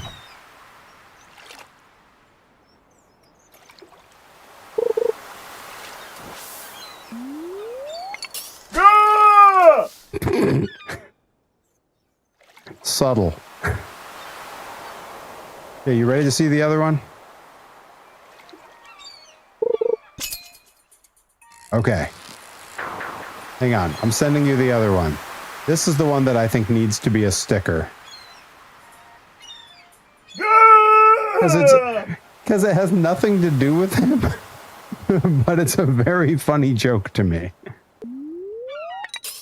Who are these people? Bum, bum, bum, bum, Is that bum, Dave bum. Dyer? Is that Dave Dyer on the bottom? Is Dave Dyer the bottom? Well, I mean, that's his preference. I don't know. You'd have to ask him. Seems a little personal. Tell me that isn't Dave Dyer. In the first graphic? The second one. The bottom one. The stunner The one that is very clearly Stone Cold and Shane McMahon? You tell me there's one way that Dave Dyer and Steve Austin are different than that. Hey, I'll tell you how they're exactly the same. I think they should be booked on every. Dave Dyer. I think they should be booked on every show I'm on. I don't believe that's Steve Austin. I believe that's Dave Dyer. I'd like to believe that that's Dave Dyer. Dave Dyer rules. Why isn't he singing the national anthem every show? We don't know what he's doing. He might be. He's just not on the mic. I don't believe that's Steve Austin. Oh, that's Steve Austin. I think that's Dave Dyer, and I think that might be Shane McMahon, but I think it might be. Yeah, who else might it be? Tell me who you think these people look like. That's somebody that works for Johnny Prime. Terry Von Bishop is a former champion for Johnny Prime with Pro Wrestling. That's true. That belt was way too big. And it turned out, like, I didn't realize at the time because I hadn't seen that belt before. That was a new design by a company that makes very I like that it's not showing it. Yeah, it's not. My camera is already like too well tuned to actually be dialed into my shenanigans. The camera's kayfabing for Joey Nails. It's like, no, don't show my design. It's Dave Dyer. What? Dave Dyer. Woof. Because he's the bulldog. What? Woof. Oh. I thought he was the bullfrog. Don't listen to the main nerds. Is that what they say? I thought that they called it. They always chanted Shih Tzu at him. Jealous. They're all jealous. Hang on, I got that. I got you. He's jealous of that. There it is. No, I'm pretty sure they never said bullfrog. That's always been my thing. They always said Shih Tzu at him. Right, which is also awful. But no, bullfrog is better than Shih Tzu. I wholeheartedly. Yeah, the bullfrog joke came from when I was little and I first started watching wrestling, and my brother really couldn't have been bothered with it, and happened by the screen one night when I was watching, and he was like, it was Shawn Michaels on screen. He goes, "That guy's still fighting the British bullfrog?" I was like, "That's not what he's called." And he goes, "I don't know. I haven't really been watching." Reed Cooper already landed the joke that I was thinking of. Oh, Jeremiah was a bullfrog? Was a good friend of mine. Ba-da-ba. What a jam. Yeah. What's that, 3 Dog Night? At least. Could have been 4 or 5. Yes. All right. How many, if you start at 1, how many bands can you go where the number is part of the name before you can't do it anymore? Oh, I can't imagine. It's like, I got One Direction. Right. I'm kind of frozen on 2.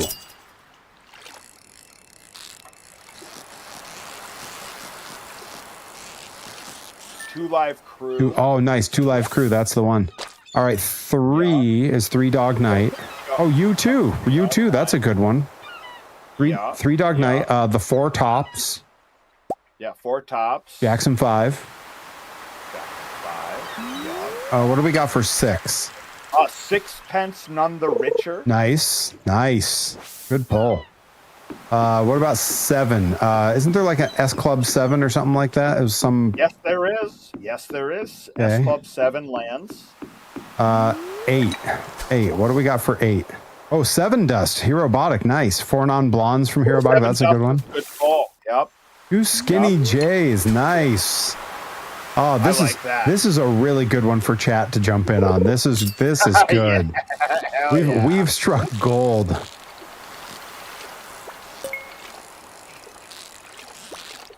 What are we on? We're on 8? We're on 8. All right, chat, do your thing. Dazzle me. Yeah. I can't think of an 8. Sevenfold was a good one. Yeah, if I had to pick a final one, it'd be either 7 or S Club 7. Yeah, it gets a little hard because like you can cheat and you could say like blink 182, but that's not in the spirit of what we're doing. To get to blink 182, we'd have to name 181 other bands. I believe there's a band called 9 Days. I still don't believe that's Steve Austin. I think that's Dave Gatter. Oh, there was 7 Days Grace too. That was one. Yeah, there are a bunch of answers for these. But 8 is tough. Yeah, Herobotic says 8 is really hard. Shoot, yeah. Yeah, like 9 I already have one for, but 8 I can't think of one for. Like it's easy enough if we expanded it to be like song titles also, because then you got 8 days a week and boom, it's right there. Yeah, that's too much. Yeah, that I think is too much. Yeah, I think that's too wide a parameter. That makes it too easy. £5 for every year of my life. Too much.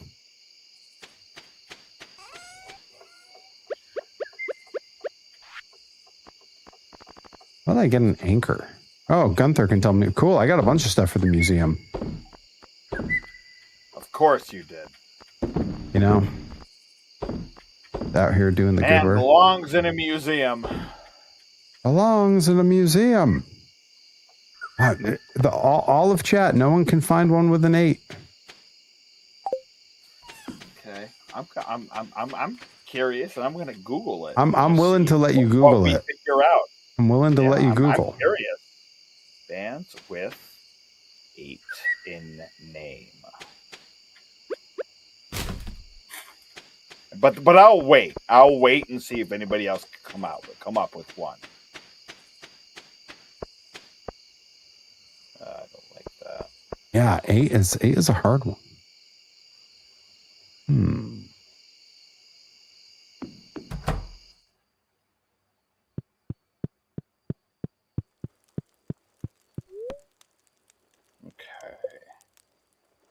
Okay, Reed Cooper Googled it and says, I've never heard of any of these bands. Never got any of these. Are any of them ones you've ever heard of, or are they just ones you wouldn't have thought of? No. I've never heard of any of these bands. Oh, interesting. I wonder if I've heard of them. Let's see, Herobotic says there's a band called 8mm, but I do not know them. I'll tell you something that you'll enjoy. Only 2 of them are American bands that you might have heard of. And both of them, one of them is a ska band, and one of them is a swing band. Wow, that's true. I might have heard of them. I give up. Go ahead, hit me with them. So the swing band is 8 to the Bar, and the ska band is the Crazy Eights. Okay, I probably could have guessed that there was a band called the Crazy Eights, but I wouldn't have known it for sure. Herobotic says there's a band called 8mm, but I do not know them.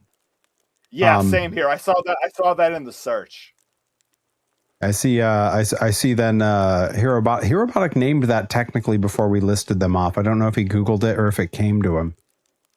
But it probably just came to him. Your answer for 9 was 9 days. 9 days. You know 9 days? I don't think so. This is the story of a girl. Now I know them. Who trod a river and drowned the whole world. Yep, that's 9 days. 9 Inch Nails. Yep. Also That's- lands. The robotic nails it. Yeah. Of course he does. Okay, but so let's move on then. 10.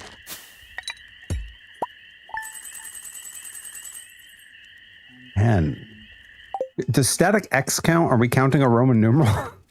I don't think so. Okay, what about just the band X? Does that mean 10 for them? Because I feel like if the name is X 10,000 maniacs, I'll take that. okay. I was gonna say, because I feel like if the name is X, but they actually meant it as like 10, then that's totally in the spirit. All right, 11. It's hard because I don't know if it counts. Yeah, no, now we're reaching. But does 311 count? Because if it was 311, that's different. I'm not mad at that. I'm not mad at that if that does count. 311 to me kind of works. Adam NX67 says finger 11. Also finger 11. I'll take back that. on 5, there was 5 finger death punch. That sounds stranger than fiction. I'll see myself out. We could have used that one. Not that we had any shortage of 5. Jackson 5, I think, was a perfectly fine instant pull for that. All right, 12. I don't know why, but my brain keeps wanting to say 12 Days Grace, and that is not the name of that band. That is not a band. No. But we don't know that it's not a band. 12 stones. 12 stones. I 12 got stones. this. Okay. All right, 13. There's got to be a 13. There's got to be, that feels like an easy pull. I keep going to... That's not right. Okay. 13.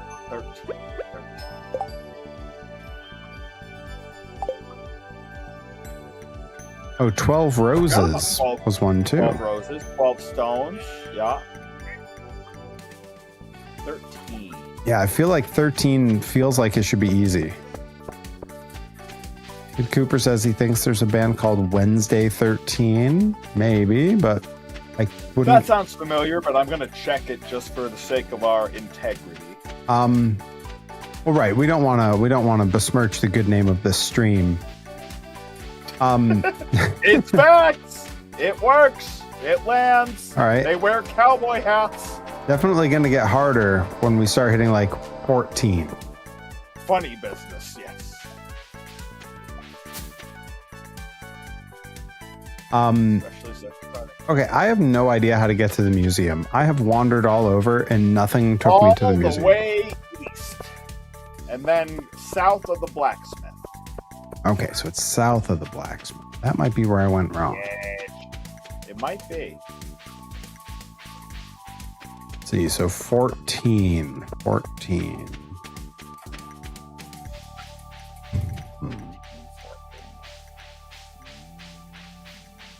Wait, does the museum just look like a regular old house?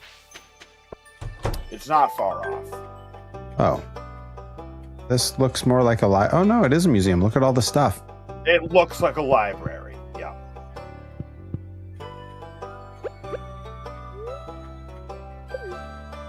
Shout out to Wednesday 13 watching at home on Twitch.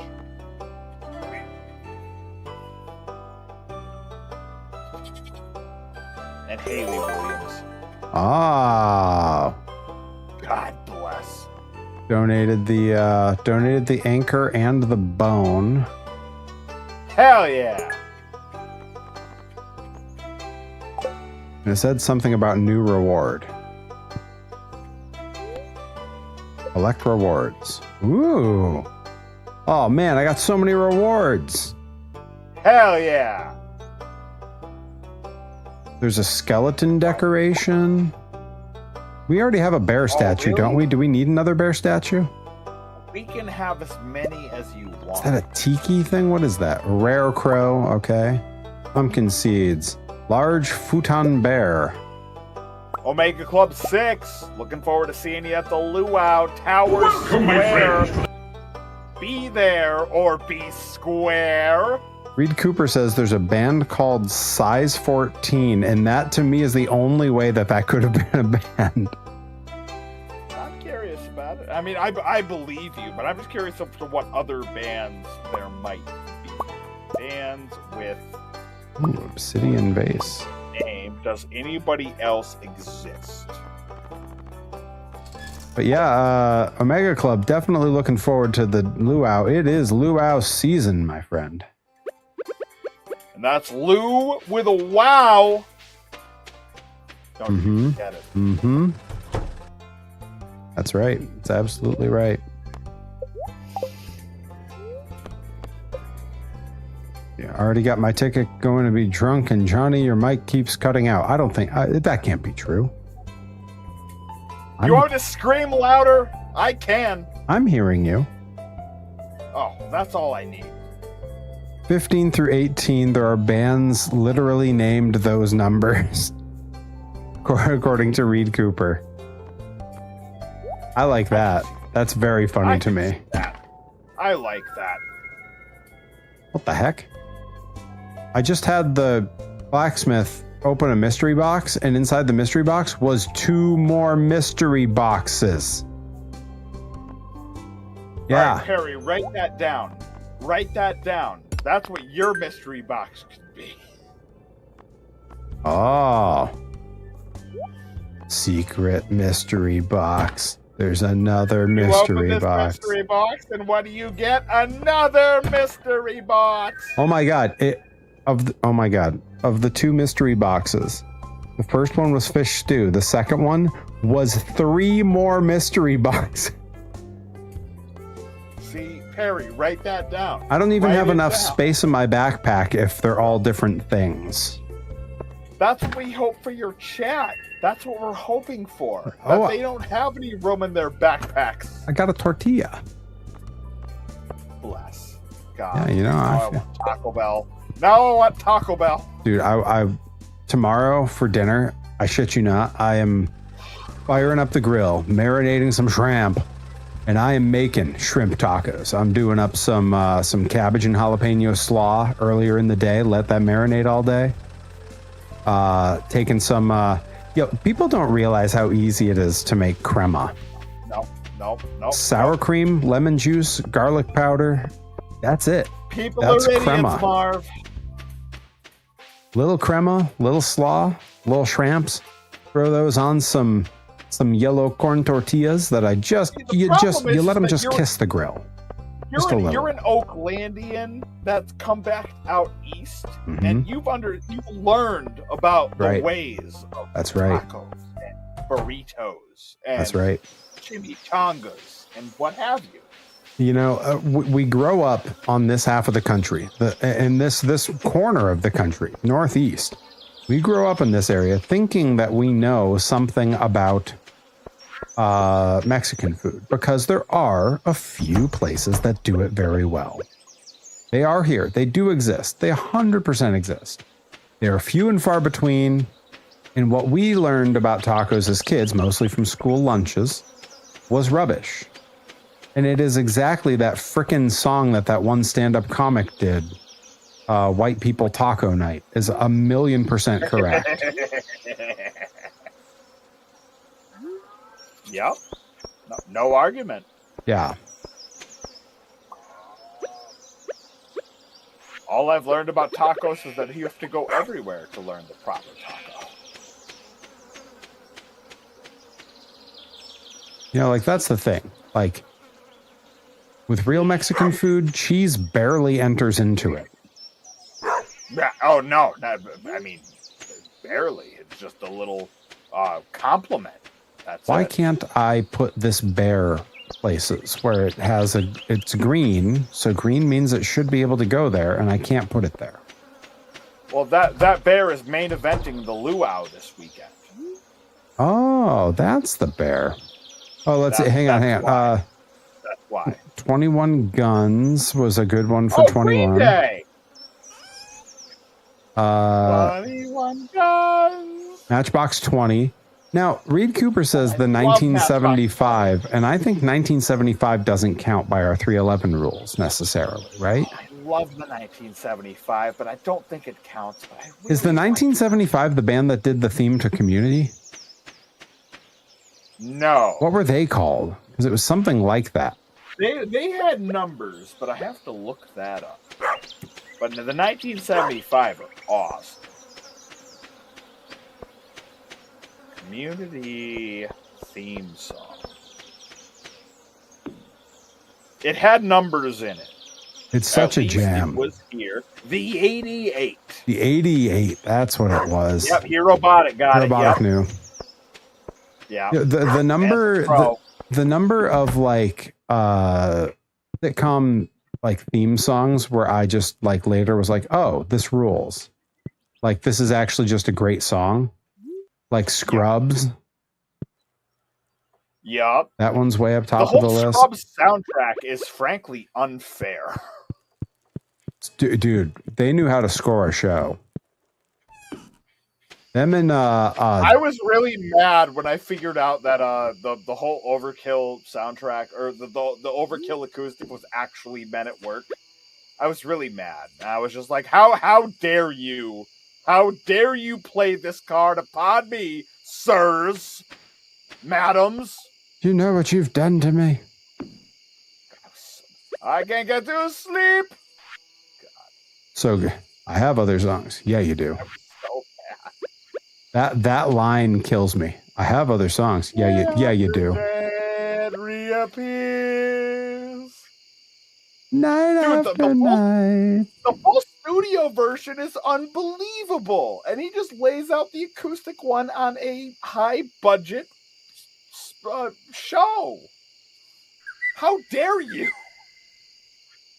Night after night. So good. Heartbeat shows the fears. God, I want tacos. He's on his own level. I want Colin Hay at a live performance, and I want maybe burritos. I think I would go with if I was given the option. But ghosts appear and fade away, so maybe the menu is different. It's a really good point. Come back another day. I can't get no sleep. Shout out to Men at Work watching at home on Twitch. When they should be at work.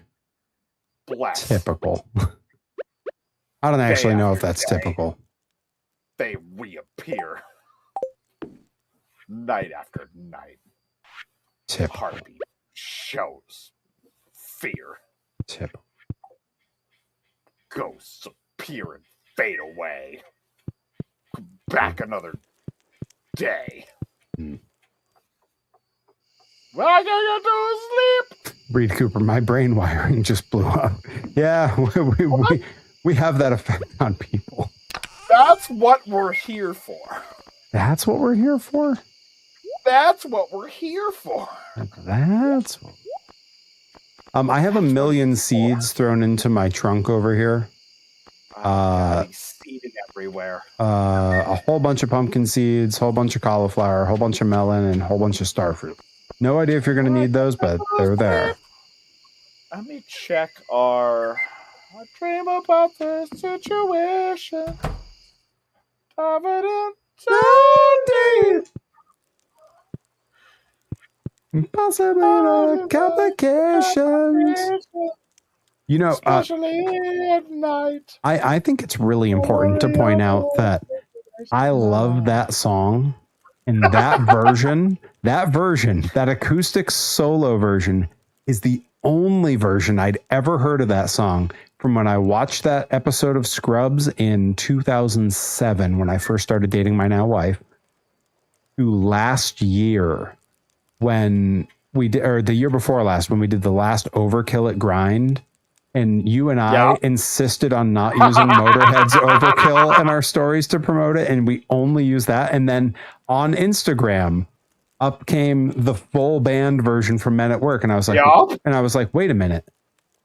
I was insistent. Yeah, I go, that was Colin Hay's band. Wait a minute. Yep.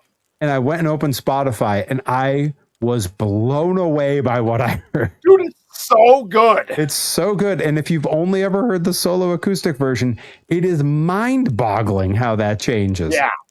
Yep. Guys, we've dropped 5 subs since I started the stream. We got to get those numbers back. These I know are it'll rookie be numbers. all right. It's just overkill. Yeah, so since the start of the stream, 5 of the old gift subs have expired. We call those submersibles, Perry. We gotta get those numbers up, everybody. We got discounts. Right. We want submarines. We don't want submersibles.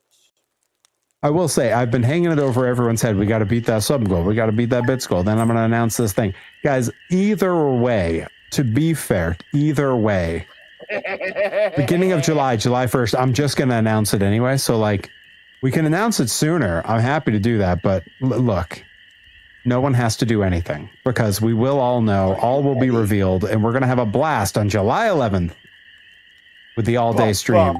Wow. Are you ready? That's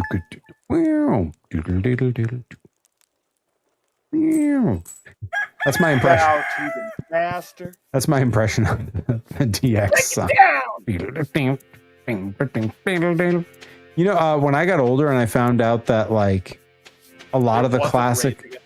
Well, no, I always knew it wasn't. Like I never thought it was. I was mad because I never made that connection even.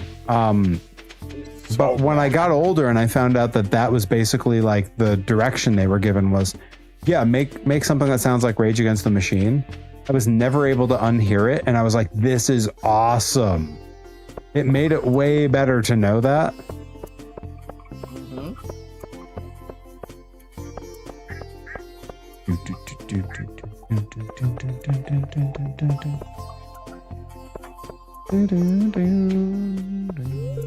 Oh. I lived in a yellow submarine once. Hated it. Never again. Only yellow submersibles for us billionaires. Exactly. Exactly. Okay, for those unaware, me and Johnny Torres are the world's first ethical billionaires. Yep. We're not sure how it's ethical because it can't be, but just ask us. We'll tell you. We'll tell you that it is. We can't tell you how it is because it's definitely not because there's no way for it to be.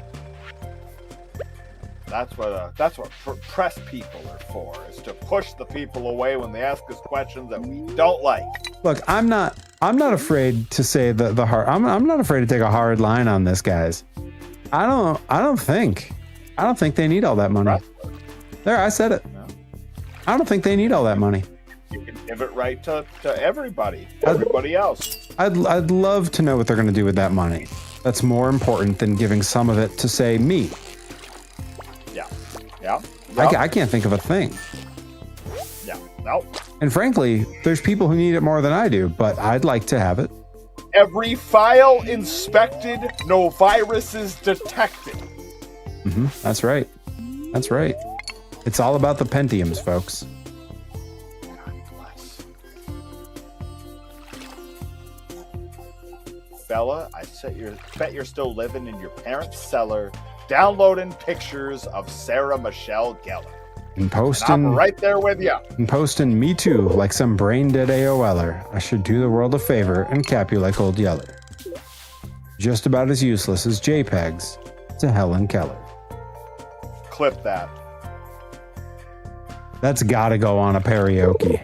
I don't think we've done that for karaoke, but I'm pretty sure it's been on my list. What? Excuse me? I often let other people make the call. Reed Cooper says I might hate it here right now. Why? What do you hate here right now, Reed Cooper? Perry, how many times have I told you you gotta stop letting chat drive the boat? Hey man, look, for the right price, anyone can take the wheel. Everybody's got a price, but everybody's not gonna pick. It's all about the Pentiums. It's also possible that I did that on the all-day stream karaoke because for the life of me, I don't remember what the set list was. I have it downloaded. I have the entire all-day stream downloaded and saved. So I could go back and check it, but I haven't. So this has been all about the Pentiums. I definitely need chat's help in the Discord to try to compile the list of all the karaoke songs we've done. Because I hate losing track of that stuff, but I've not done a good job of it. What you want to do, chat? Yeah, you want to be hackers? Code crackers? Slackers? Wasting time with all the chat room yackers? Working 9 to 5 at Hewlett Packard? Look, you want to run with my crew, huh? Yeah! Rule cyberspace and crunch numbers like I do? Yeah! They call me the king of the spreadsheets. Got them all printed out on my bed sheets. That line is so good. Got them all printed out on my bed sheets. What are you talking about? It's so good. Folks, if Perry didn't sing It's All About the Pentiums on his last all-day stream, it's your responsibility as responsible citizens to make sure that he does this next time around. And there's only one way to get there. Money, please. And Jenny Slate just gave you all the clue. Oh, bless. Shout out to Jenny Slate watching at home on Twitch. That's exactly right. Yeah, shout out to Mona Lisa Saperstein watching at home on Twitch. God, whatever she's doing, she's not doing enough. Anyways! That's right. Herobotics got to hit those spreadsheets. Take care, homie. Enjoy Mina the Hollower. Mina the Follower? I hope you beat every boss. Yeah, no, kind of a follower, kind of a hollower. You'll figure it out. Oh, Follow Night Silk Song. Hey! Yeah, I wanted, as soon as I switched it so it was follow instead of hollow, I was like, oh, I should switch the first word on something else, and I very nearly said Follow Night Silk Dong. Jeez. Gosh, man, there's going to be some people asking to buy that name off of you. I'm registering the domain as we speak. As you should. You better beat it, Herobotic, because that ending is crazy. Yeah. Shout out to Morticia Adams watching at home on Twitch. Call me. Harry won't get no dessert till he cleans up his plate, so eat it. Yo, Adam and X67, that kills me. Shout out to Morticia Adams watching at home on Twitch. Call me. Whatever they're paying her, it's not enough. You know, this resurgence where everyone's learned to love goth girls, I really truly blame on the long-term effects of Elvira and Morticia Adams on all of us. Yeah, okay.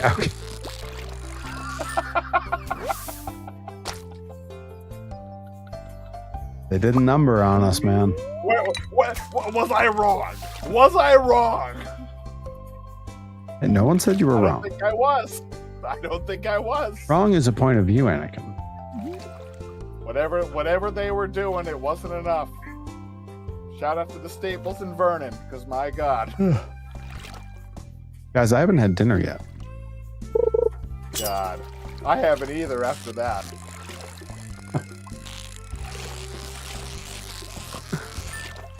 Wow.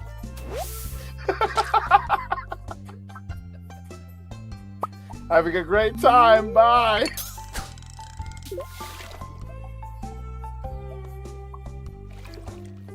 There's so many eggs. That's not a continuation of the joke. Good There's heavens. just so many eggs in the coop. I don't know what that's a euphemism for, but you got to clean it up here, Torres. That's why we only do this stream once a week. If it was any more, I'd probably be banned for something. No, didn't want that. There we go. Every time I open my backpack, I see that tortilla and I get so goddamn hungry. God. There's a Deerfield Taco Bell. They're going to be ravaged. Yeah, we don't have a single fast food place in all of Deerfield. All right, well, you write to your local town council and being like, what are you doing with your life? The closest fast food to here is 20 minutes. It's disgusting. Yeah, I hope the town council is offended. Those in my options for those are either one direction is McDonald's and the other direction is Burger King. What direction? That's what makes it beautiful. God, what a banger. Such a banger. Is that in karaoke? Do you have that in karaoke? I can put that on karaoke. Friggin' better. It's so good. Look, for those unaware, one potential future Perry lore drop is definitely going to be the video of me and my manager in front of a very hostile all-pro wrestling gym wars crowd as we broke out my acoustic guitar with Levi Shapiro waving a lighter behind us, and we did our own a stripped down rendition of Baby by Justin Bieber. Perfect. Yeah, only to as we went to go into verse 2, have the music of one, I don't remember what his name is now, but Powerhouse Hobbs music play. Yeah. So he could come chase me away with a wooden bat that he very nearly got me with because I had to run over to the sound guy and hand my guitar off. He probably was deeply hurt that he had to cut that song off. He would be nearly unrecognizable in that clip because he was about 150 pounds smaller. No, he's a big boy. I saw pictures of him before when you first talked about working with him because I looked him up when you first mentioned that you knew him.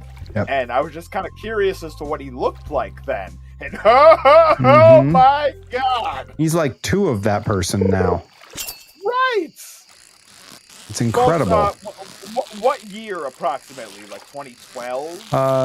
2011, 2012. Yeah, something like that. Yeah. Go ahead and look up 2012, 2011 Will Hobbs. Yeah. Just go ahead and take a look at the time was using the name Will Rood, Rood, I think with an E at the end. Really?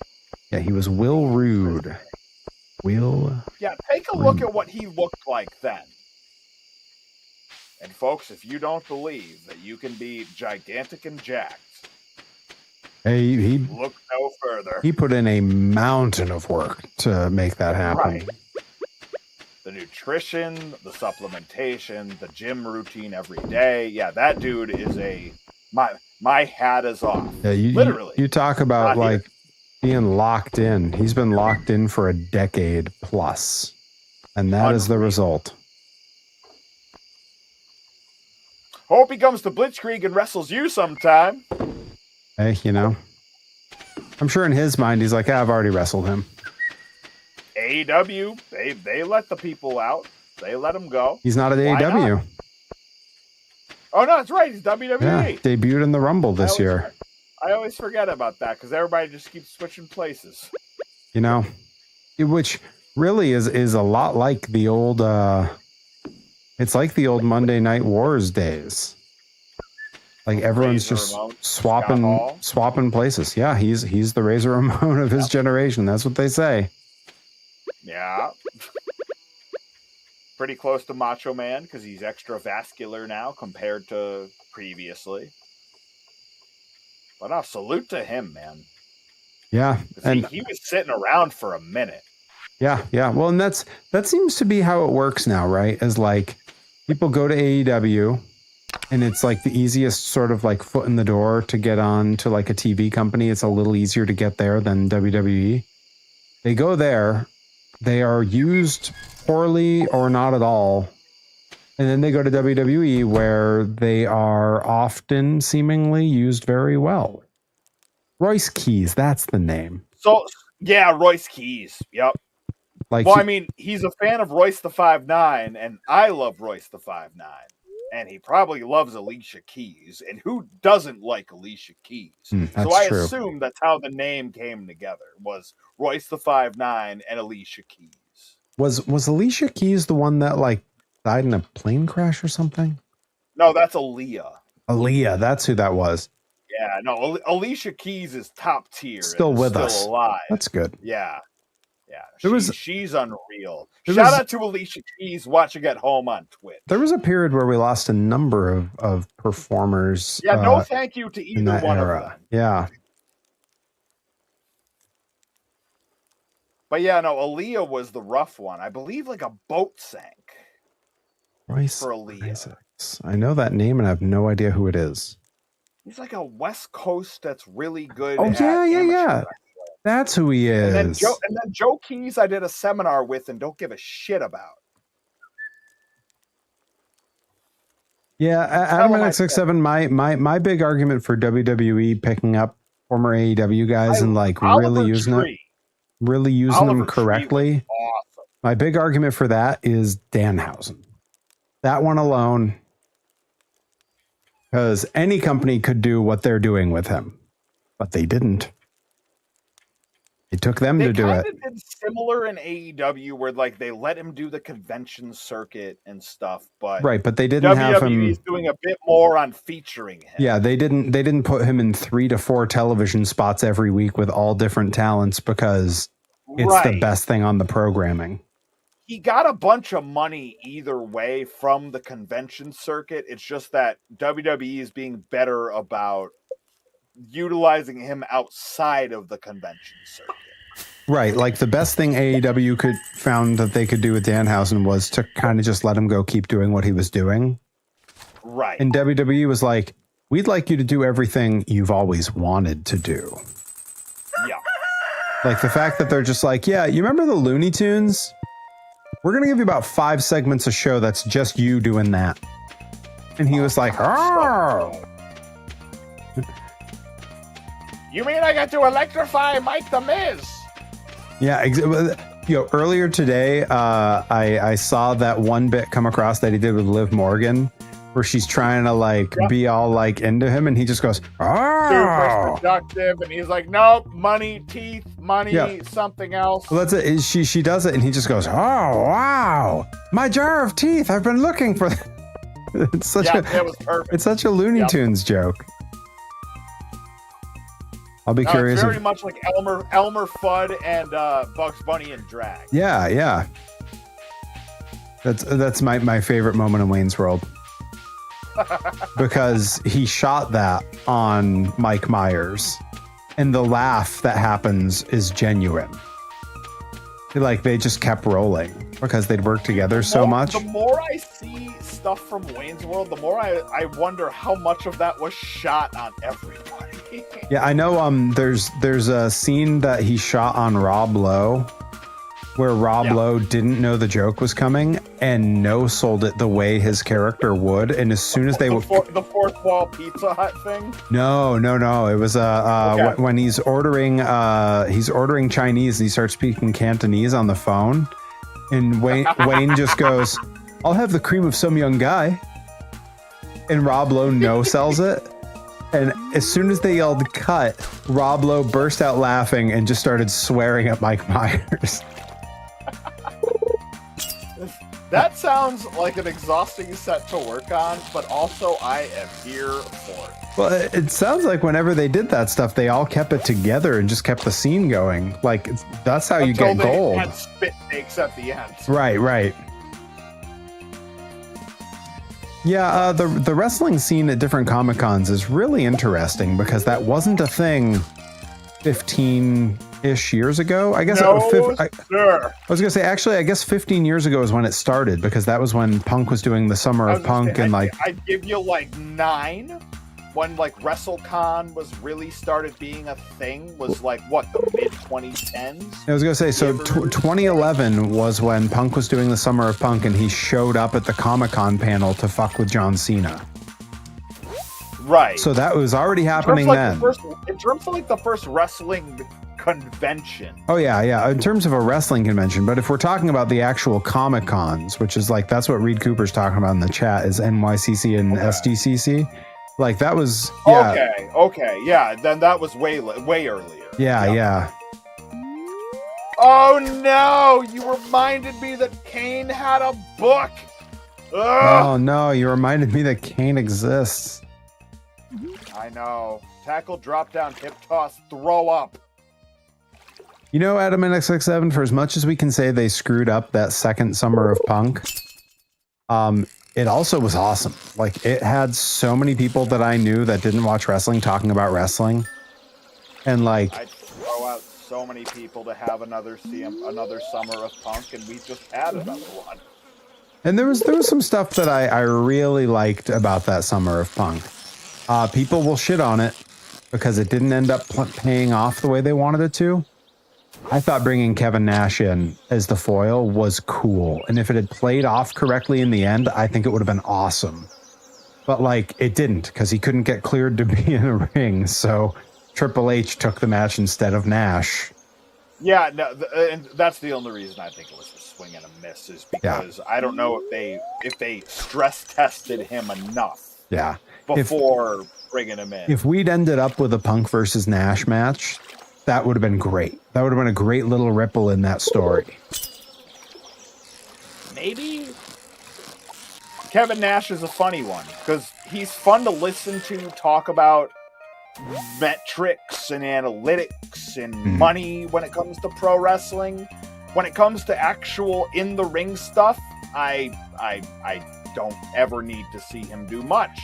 Which reminds me, for the fine folks watching, I see we got a few in here. For the low price of 196 bits, you can see the first ever Kevin Nash bit alert that I've created. Did I send you those? Did I show you the ones I made? Perry Von Vicious is this generation's Kevin Nash. If you squint your eyes and tilt your head. If I could make the kind of money he made, I'd be pretty okay with that. $156,000 a year. They call me slightly not quite as big sexy.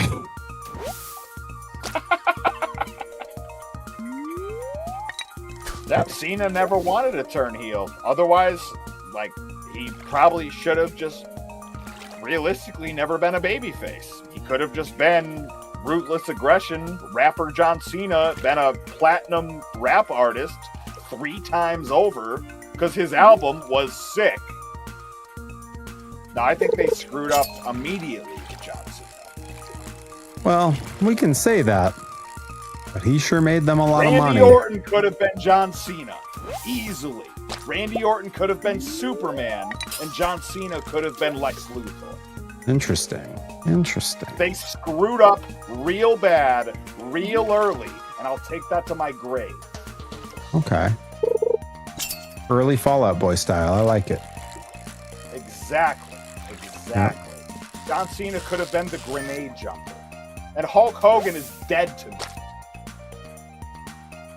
Yeah, Because I just saw Hulk Hogan pop in. Hulk Hogan is the most useless. Cena never went full racist. Right, exactly. Hulk Hogan is always racist. He's occasionally said some dumb things. You know, also, I would like, Cena doesn't... Can we add an auto mod for Hulk Hogan that he just never gets to show up in this chat ever again? Like, he's just always either blacked out or Adamatic67 gets auto modded if he ever brings up Hulk Hogan. I think we should make it auto switch to a different name. Like, what's a funny name? Like Merv Griffin? Oh, dude! Iron Sheik! Iron Sheik! It's like the same amount of characters.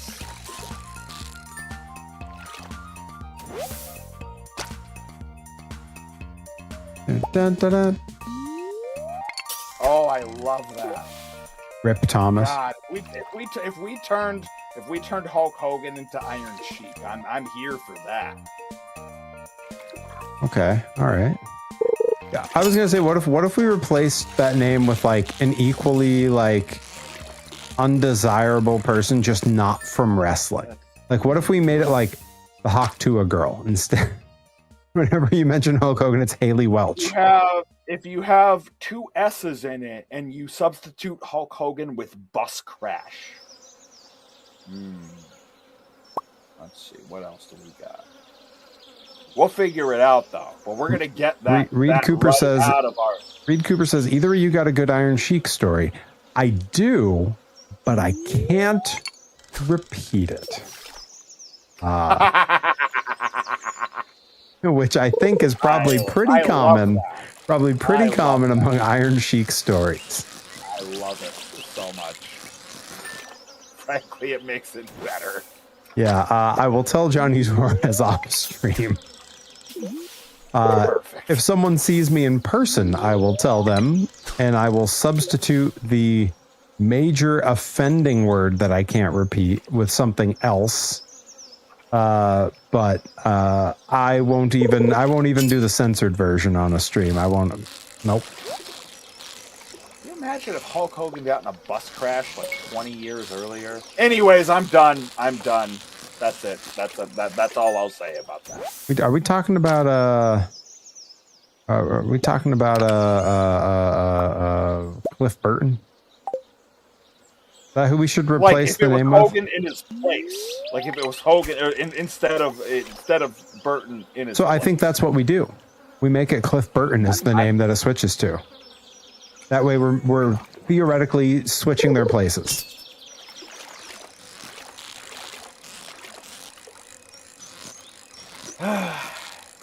I'm not mad at it. Look, His way of saying hello was legit. if I only could make a deal with God and get him to switch God. those two places. Running up that road, and running up that hill, keep making the other guy Mr. America. Oh, I like that you swapped out for Merv Griffin already. That's good. Pick that up from when I said that earlier. Jerry Seinfeld, welcome to the Merv Griffin Show. Ta-da! It's got a boombox with the theme song on it. Surprise guest. Jerry's telling the story, and we drugged her, and when she fell asleep, we played with the toys. All right, hey, we're gonna cut to commercial. Jerry, this is a family program. We can't be telling.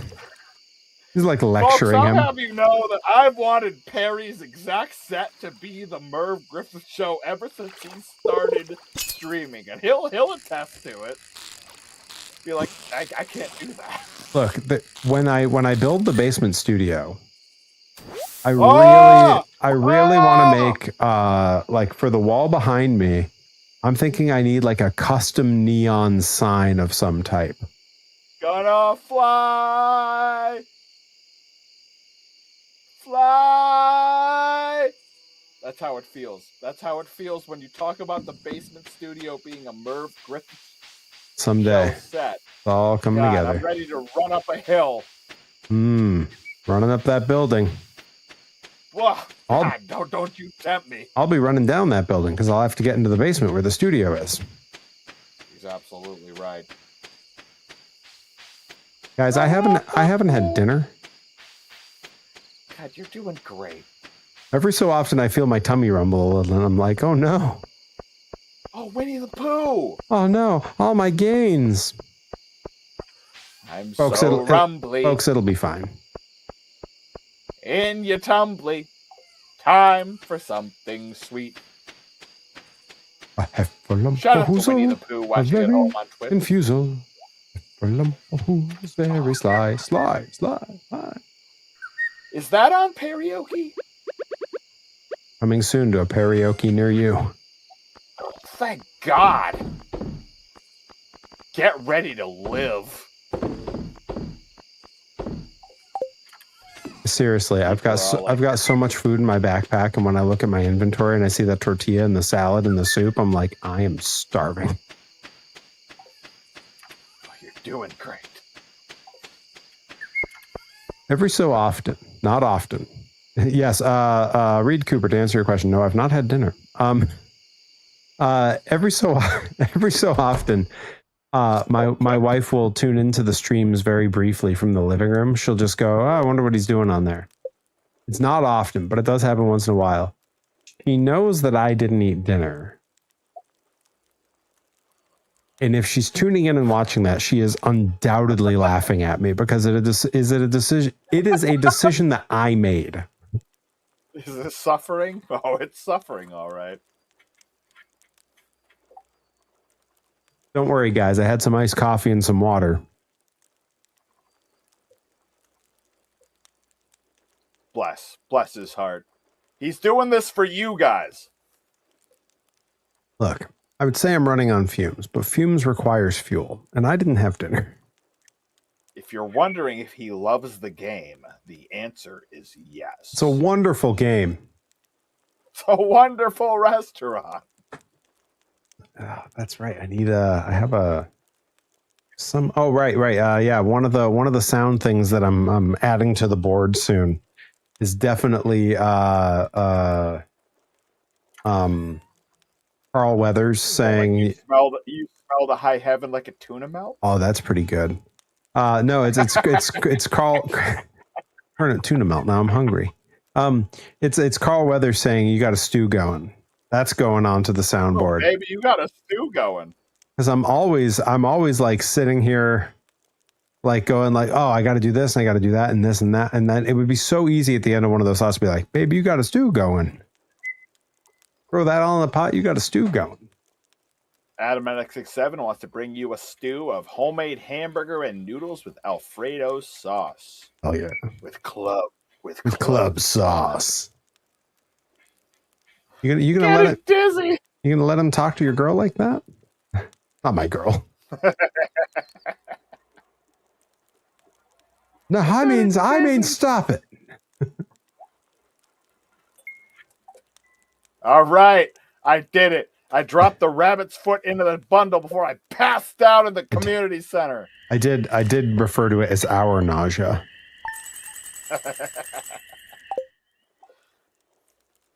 Our homemade hamburger with noodles and Alfredo sauce. Club sauce. Yeah, we have so much money. What are we saving up for something? What are we doing? Not really, but I can upgrade a house. Well, wait, hold on. Let's see about wood and stone. Yo, it's luau season, everybody. Pelican Town luau is tomorrow. Come on. Seems like it all lined up. Folks. Perfect possible way. I'm dropping it in the chat. Are you coming? If you don't have your tickets, you better get your tickets. If you can't be there in person, you check your pulse. If you can't be, yeah, you know where you're living. You're living in Luau City. You better check your lease, pal. If you can't be there in person, IWTV live this Saturday. And if you can't be watching it live on Saturday, you better subscribe to the Blitzkrieg Pro YouTube channel run by our good friend Mr. Johnny Torres. And those matches, the luau, will be up on the YouTube. So, get on it, folks. You better. Mayor Lewis says so. Mayor Lewis is going to be there. Are you going to be there? Reed Cooper says, you live in New York City. You live in Train Central. You could hop an Amtrak from NYC to Hartford to Springfield. Adam and I already put the Blitz command into the chat. He types Blitzkrieg spelled correctly, then he spells it Blitzkrieg, and then he just writes, "This isn't working." It's because the command is just Blitz. I need to add a command list somewhere for people to reference.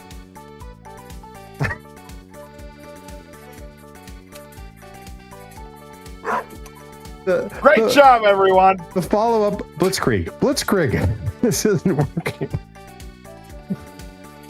Oh, really good. Really good work, everybody. Yeah, Blitzkrieg Bog. Bog Krieg. Having a great time. Bye. Blitzkrieg Pro presents Ratlin Bog. Have you pitched that to Jerry yet? I'm going to pitch it to Sky first. I think that's my audience there. Probably a good call. But, yeah. I mean, I don't know. Jer is the Irish one of the two. That's true, but she's the one who's young enough to have watched The Wiggles. Oh, yeah, no, she's way more into novelty shenanigans and what have you as well. So, yeah, if there's anybody that's going to be... You know, the thing is, like, the age difference between those two is not very pronounced, really, until you're at... Reed, yes. Until... Reed, it was a Ramones thing, is how the idea initially came on. And then years later, when pointed out by older New England job guys that nobody cares about, that he was like, oh, you know, maybe that does have that kind of connotation. But he hasn't changed it since because it was his second name change on the company. What was the first name? Us versus Them Wrestling. Yeah, changing that was good. He got sued. By who? Because there was a clothing brand out in California called Us versus Them. Lord. So he got sued within, like, it was like 2015 when the company started. And he got sued in like early 2016. Jeez. And that's when the name change happened. So that's he crazy. went with Blitzkrieg Pro because he thought of it as like the same cadence as Blitzkrieg Bop, Blitzkrieg Pro, you know? I mean, so it does. that's how he landed on that. And now he's just stuck because he's had it for so damn long. Right. But now he's getting all of the people with the last name, you know, with the, you know, the last name Sheldon Goldberg and what have you, being say, like, why is it called Blitzkrieg? Some people with the last name Heidenreich. Got it. Right, exactly. But, so Jer by now is just like, I don't care. You can think of it however you want, and as long as we brand ourselves being like we're accepting of everyone, we love everyone, it doesn't matter. Also, I think we've moved to a point where like culturally, you are far more likely to know what Blitzkrieg Bop is than to know what that name comes from. Right. On the other side of the coin, it's one of those weird things that if you look up Blitzkrieg with no pro, the first thing that comes up is the war strategy, not the song. That's true. See, I only knew, I knew the song, and I knew like sort of that it was a war strategy, but I didn't know who implemented it or why, because our public education system fucking sucks, everybody. And I was educated in the #1 state for public education. Yeah, and I mean Connecticut not far behind. Yeah, Connecticut's in the top 5 easy. Read, but no, it's an extremely valid question, and that's one that, as you saw, I didn't mean to cut you off, pal Perry, but you're good. Like anytime anybody asks about it, I will jump on it and be like, this is where it comes from, and I understand if your suspicion comes from otherwise, but it doesn't come from anything that has to do with old school German. Yeah, I mean, 100% is worth raising an eyebrow at. But given the punk rock aesthetic that they have and all that stuff, like, it's pretty easy to just go, oh, okay, they knew it from this and not from the other thing. Like, right. If you had to ask me which thing Leary has a stronger knowledge base in, history or punk rock, like, yeah, it's not really a close call.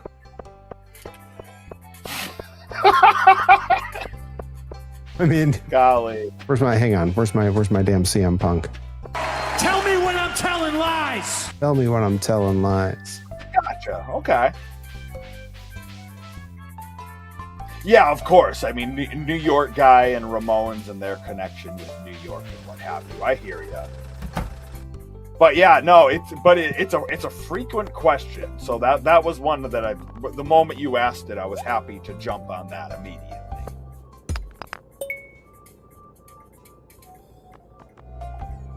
But no shortage of, circle jerks. They just reference not too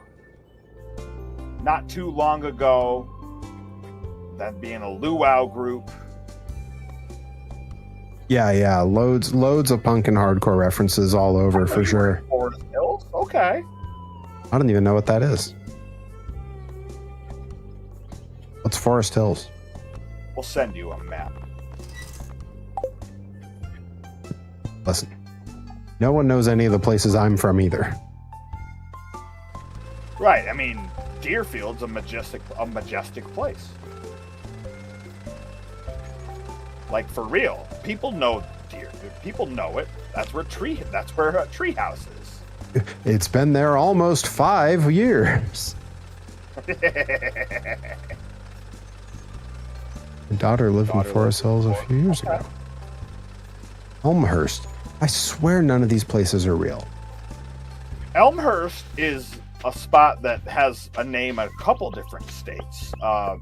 Elmhurst, there's an Elmhurst, Illinois, that I briefly lived in when I was a child. That's definitely not the one that Day Without Darkness is talking about. Right. But... Oh, well, I mean, I believe now these towns are right next to, what is it? Brockway, Ogdenville, and North Haverbrook. And by gum, it put them on the map. They've all got genuine, bona fide, electrified 6-car monorails. Forest Hills. Home of Jerry Springer, Paul Simon, Jonathan. Wait, isn't there a Forest Hills in Springfield? There is. Yeah, it's that exit right by Agawam and Route 57 and such over there. Now that's definitely not the Forest Hills you're all talking about, because if that took Reed Cooper 3 to 4 hours to get to Tower Square, way then off. No. He's taking the wrong bus. I was gonna say, at that point, he's walking uphill in the mud. There's a lot of Elmhursts in the U.S. if you actually look up how many of them there are. And that's a type of tree, right? We'll go with that. Hmm.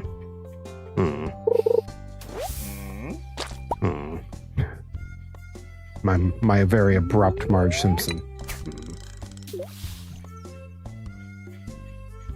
Old Perry Von Simpson. That's what we call him.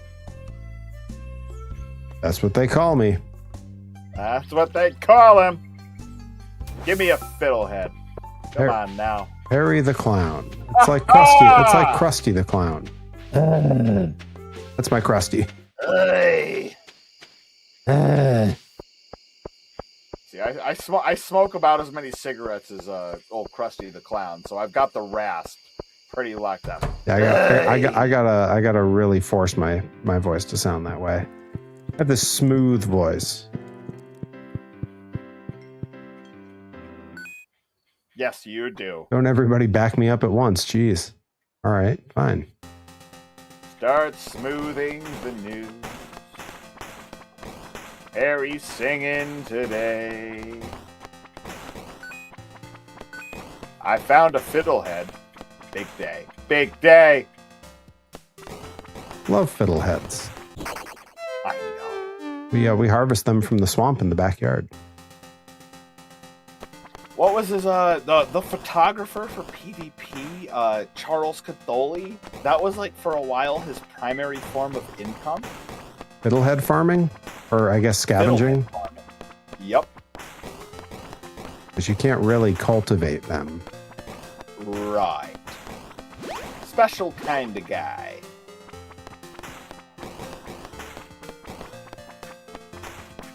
What a weird way to get by. He like lived in the middle of, well, a swamp? Pretty much nowhere. Hell yeah. Alright, we need wheat and apples and red pomegranates and red cabbages. We'll get it. We'll figure it out. Don't worry, I'll get him. Perry's got me. Perry went to the bathroom. Mama! Don't worry, Dragon's got me. Can belt out Sinatra like no other. The best way to belt it out is leaving a Yankees game after they win.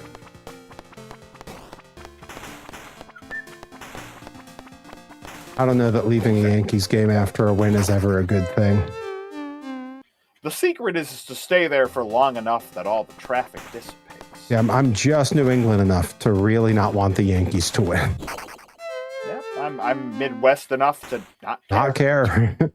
I'm also not sports involved enough to care or know about any of it. Yeah. Lived on the quieter end of Austin Street, number 316, almost certainly. 316? Right, Austin Street. 2319. That's Sid. That's Sid? The car getting crushed by Goldberg. I was gonna say Uncle Sid. The irony. Goldberg! Goldberg! Goldberg! Some of the best mic work he's ever done. Yeah, Sid was real hit or miss on promos. Facts. Like some of them were great, and some of them it was like, wow, you could have used some time in the PC, brother. Every file inspected, no viruses detected. Tell me what I'm telling lies. Mm-hmm. Tell me when I'm telling lies.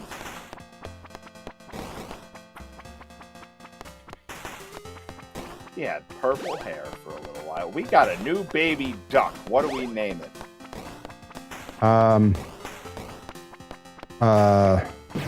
Frederick Duckless.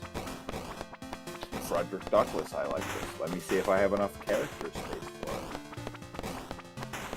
it. I can do Frederick Dew. I'm for it. Oh, I stayed out too late. I was crushing it in that video game and the time ran out and I fell asleep. I was killing it on the video game in that bar. That's okay. I passed out in the coop trying to name the duck. Harry Vanderquack. That's a pretty good one. It's Frederick Dew. Has anyone heard of the game South of Midnight? I haven't. Yes. But I haven't heard of most things. It looks awesome. I've been told to play it by many a person.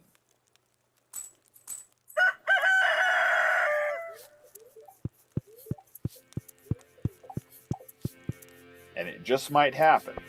But although I heard that studio, I think, just shut down. Oh. Yeah, it's pretty gross what's happening in video games these days. Mm-hmm. And for, often all the worst reasons. Yep, usually the executives are still keeping their jobs, and then everybody that's actually doing the work is getting fired, and the executives, meanwhile, are the most useless folks in the, in the hierarchy. So, yeah, Johnny Torres, there you go. You should stream that game. I've thought about it. Okay. Noted. Are you still debating additional streams? Now that my schedule's gotten extra weird, I've kind of eased off it for a minute, and I've just kind of told the new job, hey, give me my Thursday nights and leave me my Saturdays, and then I'll be available for you whenever. But we'll see once things start to get a bit more regular. Mm-hmm.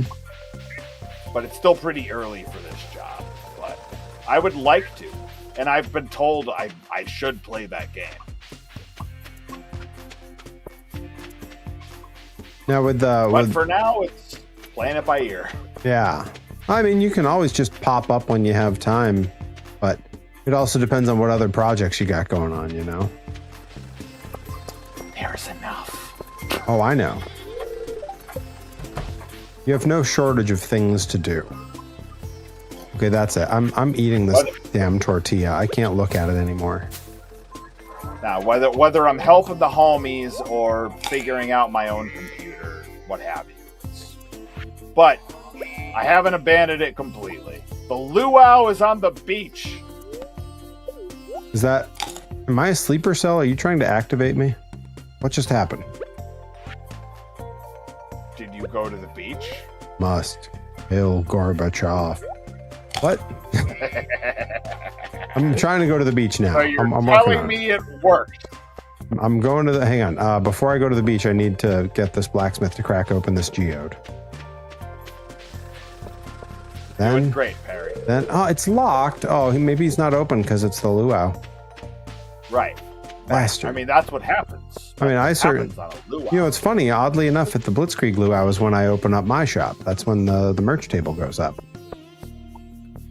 Waiting for other players. Okay. Whenever you're ready, I am luau adjacent. Okay, I have to put the milk in the... I have to make the cheese. That's a euphemism. Now right? I'm ready. You might, Rabbit. You might. No, euphemism. Oh, there's more stuff I gotta... All right. We're not gonna bother with it. Where are you? I'm at the beach, or trying to go onto the beach. I'm awaiting you. Are you in the town going south, or are you in the field going... Okay, perfect. Town going south.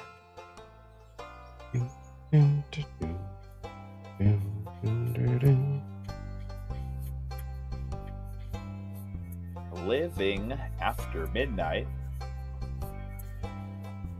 rushing to the dawn.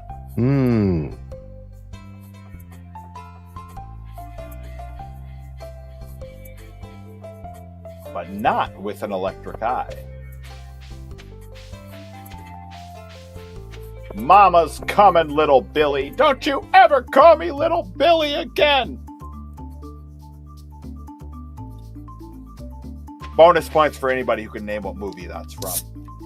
I didn't hear it, or I'd be trying myself. What did we say? Mama's coming, little Billy. Oh, I think I do know what that is. I'll wait. I'm gonna blank. Am I supposed to just talk to all these people? You also have to drop an ingredient in the potluck pot. Oh, I'm sure. Where I am standing. I am pretty sure I have an ingredient. Hell yeah. What should I drop in? I'm going to drop a truffle in. Okay. It's a fair guess. It's not correct, but I like where your mind is at. I put some pike in there. I hope everyone wants some fish stew. I dropped a truffle in there. Oh, that's one of those critters from that Star Trek episode, right? The Trouble with Truffles? We'll go with that. I love that answer. Thank you. So much. Thank you. What's the Tribble? It's Tribbles, yeah. Yeah, hell yeah. Yeah, we got there. Look at this friggin' guy. Hey, where are you, Perry? Let me show you this. Let me show you friggin' this guy. business. Okay, hang on. Let me I'm show coming. you this business. Where are you at? I'm coming. I see you. I'm by the pot. I see you. Yeah, I see you. Take a look at this guy. Whoa, is that the Undertaker? What are you doing? Where's my fishing pole? I bet I can get him. Tell me that's not mid 90s Undertaker. That's 1996 Undertaker. Tell me when I'm telling lies. Chat, come on. Look. Hold on. Hang on. There we go. I moved up a little bit so I can make sure that you saw. Oh yeah. I got to do it on my screen too. Yeah, there we go.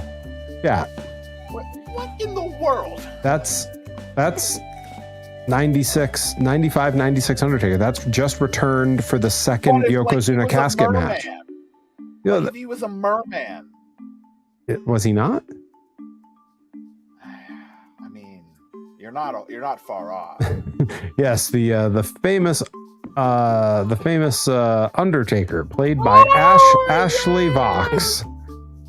Yep, exactly. That's where Ashley Vox got the inspiration. That's where Ashley Vox has been hiding out for the last little while. Oh, yes! Yeah, ever since she had changed places with Gina Monty, we haven't really seen her much since. Yo, speaking of, folks, you want a Perry lore drop? Shout out to Gina Monty on Twitch. Yeah, shouts out Gina Monty, almost certainly watching on Twitch. Ref Gina, hard copy foo. Mm-hmm. She's not a foo, though. If you don't follow her, you should follow her. You better.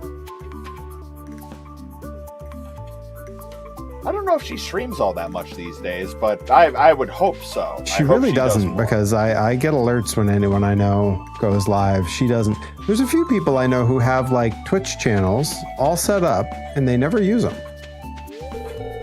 In fact, one of my opponents this weekend has a Twitch channel all set up. He never uses it. That Angelo? Sure is. Sure is. It's okay. We'll get Angelo to start streaming. I bet his streams would be a lot of fun. He'd just be doing what is it? What's the show he likes so much? He's always quoting it. Real Housewives of something. Yeah, see, that's what I thought. But yeah, I mean, just watch-alongs of that. Like, come on, who wouldn't want to watch that with Angelo Carter? I mean, he should just play like one of those games that are adjacent to that, like The Quarry or something, where you have to choose conversation options, and then something good or bad happens. That seems right up his alley. Ooh. Should I get decals and stuff? Ceiling leaves, totem poles? I don't think there's anything valuable at that shop. I will take a look.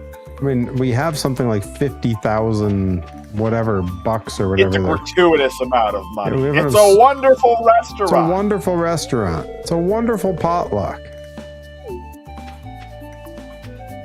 Yeah, none of this is very good. Like, it's decorative, don't get me wrong. If you'd like to have a jungle decal in your abode, then by all means. Reed Cooper spaced out for a minute and goes, wait, why did Gina get a shout out? What I missed? We were talking about, there's a Perry lore drop that we could do at any time. The time that Gina Monty and Ashley Vox played Twin Magic on me in a match. Even though they really don't look alike at all. It was so good. It was such a stupid, the joke was so stupid. And it was just a thing that I pitched in the moment, and they were like, yeah, let's do that.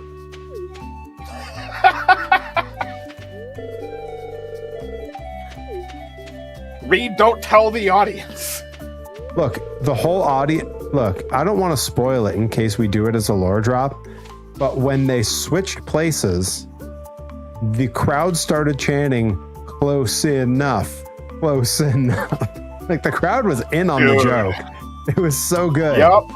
Well, the best part is it took them like 3 minutes to do the outfit swap. It took so long, where I was pretending to not see it happen and be out, and Gina was also not part of it.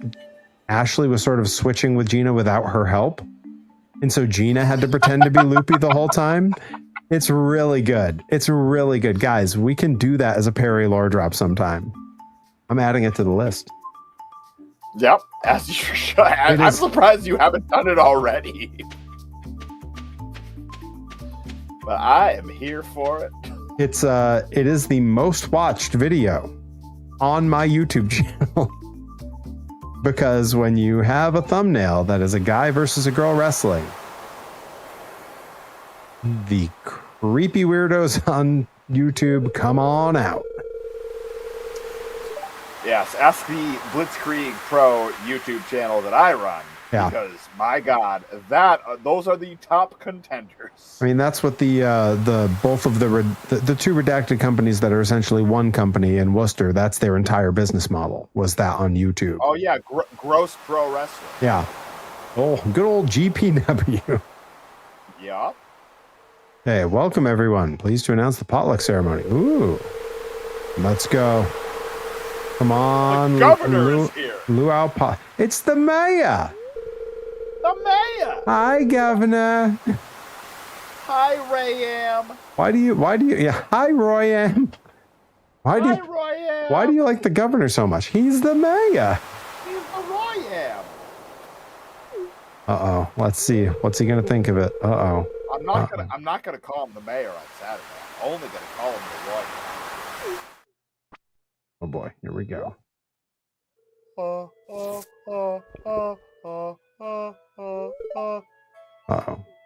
All right. Well, we didn't disappoint. He's okay. All right. We all did very well today. You see us? Folks. Bye, Governor. Good work, everybody. I had to flex to the camera. That's how I showed them all we did good work. I feel like these want some soup. These lights make my flexes look very funny because I look even paler than I am.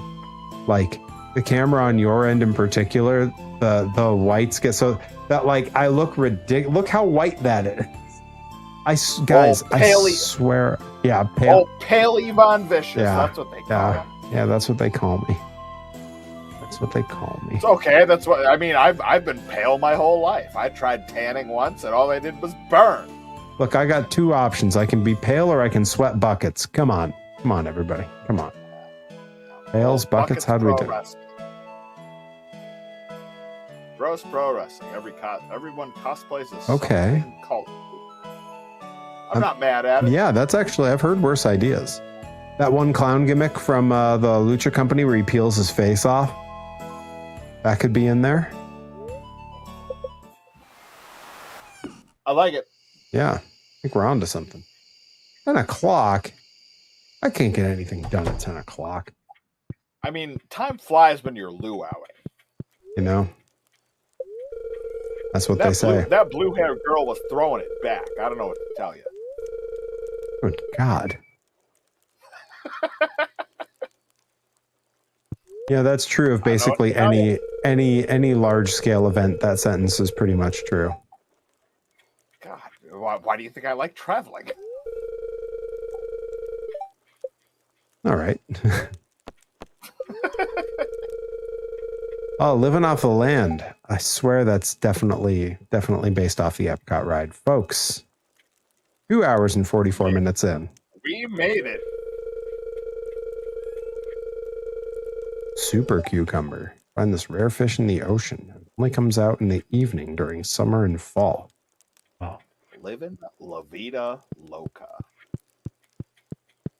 Definitely going to try to get a super cucumber. Shout out to Ricky Martin watching at home on Twitch.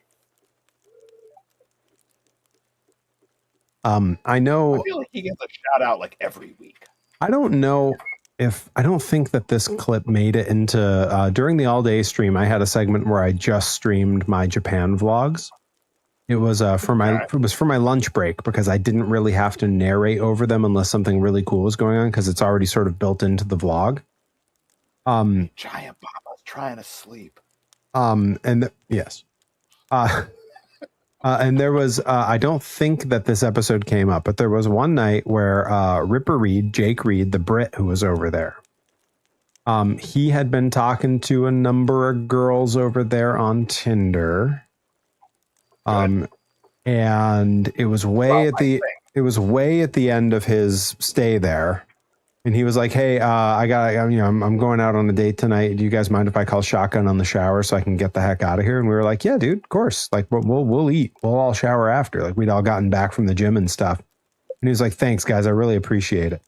He came out and he is hair's combed like we've never seen it. He is dressed wicked nice. Smells incredible. And he comes into the kitchen and in his British accent, he goes, "All right, lads, I'm headed out. Wish me luck." And without telling the other two, Jet, Wee, and Rip, that I was going to do this. Now, in the time since he got out of the shower, he's been in his room getting changed. Kodai has gone into shower.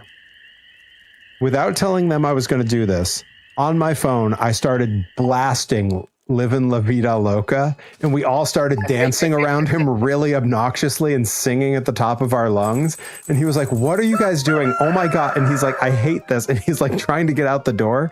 And as we're going down the hall from the bathroom door swings open and Kodai steps out in a towel and just goes, "Oh, oh," and he starts singing along and follows us as we chased him out the front door. Livin' La Vida Loca. The whole thing is in a vlog episode. I filmed the whole thing as it happened. Dude. Livin' La Vida Loca. Do you have that on karaoke? No, but we're gonna add it. What's going on? God bless America. Hey. America. It'll make you take your clothes off and go dancing in the rain. Bullet through your brain, come on! Upside inside out. What a jam. Top Top tier. You know, while I'm at it, that was the number one record when I was in like 4th or 5th grade. If that's going on karaoke, I think the song "Inside Out" by the A-Teens also needs to go on there. Not the direction I thought you were going, but I'm not mad at it. Well, I mean, then now you're making me think there's that One Direction song that needs to go on there. See, I was thinking about Enrique Iglesias, who was like the number 2 or 3 record that year. Dude, that was a hell of a year for the Latin pop stars. Crazy. Like all of a sudden, like Latin pop blew up for like 6 months. There's gonna be, once we get off stream, there's gonna be like 6 songs that I send you, and you're gonna be like, "This is all from the same year." It's not fair. It was a crazy year. It was unbelievable. Yeah, I was in like the 5th grade, I want to say. Yeah, that tracks. I would have been in the 8th or 9th grade. So yeah, that kind of all. Come on. No, and I used to get rides home from one of my neighbors who was like super Italian but really loved Ricky Martin. So it was always Ricky Martin every time we drove home. It's always Ricky Martin. So naturally, when Ricky Marvin showed up, I was like, excuse me, who? Bless.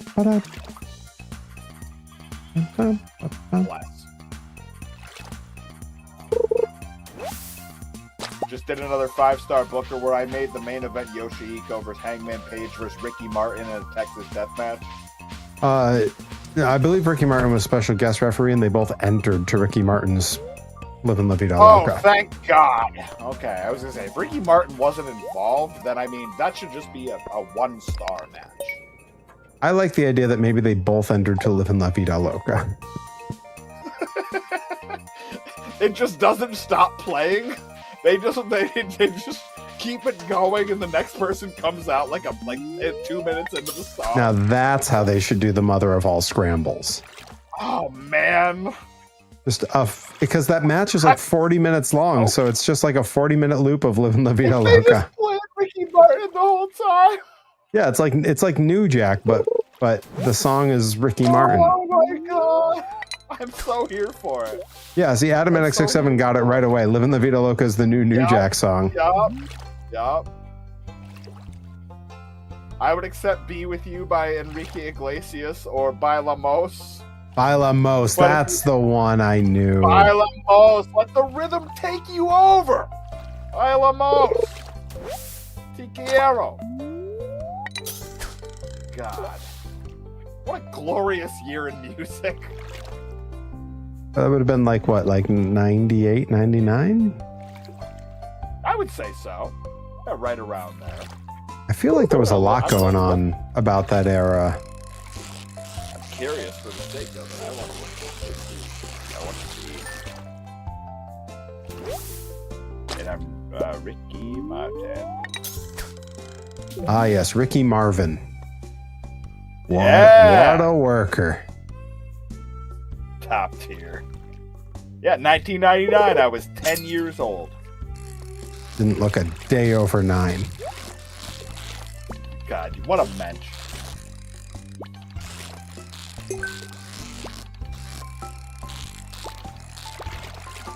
Alright, so next week I have to write down, name the next stream after Ricky Martin or Enrique Iglesias. Got it. Got it. Perfect. Ooh, amphibian fossil. I gotta go back to the museum. Just wanna be with you. Everybody talks about Enrique Iglesias because of Hero and stuff like that, but Bailamos is where it began. Bailamos. The rhythm take Why haven't we had a wrestling show named that? Everybody's doing, various things named after classic songs. Why haven't we gotten Bailamos? Because everyone we know naming stuff after classic songs is wicked white. Oh God, I hate how white they are. Why is every wrestling promoter some frickin' honky? Ugh, God, bunch of honky tonk men. But now I'm thinking about it, and I'm like, have I ever worked for a wrestling promoter who wasn't some frickin' white dude?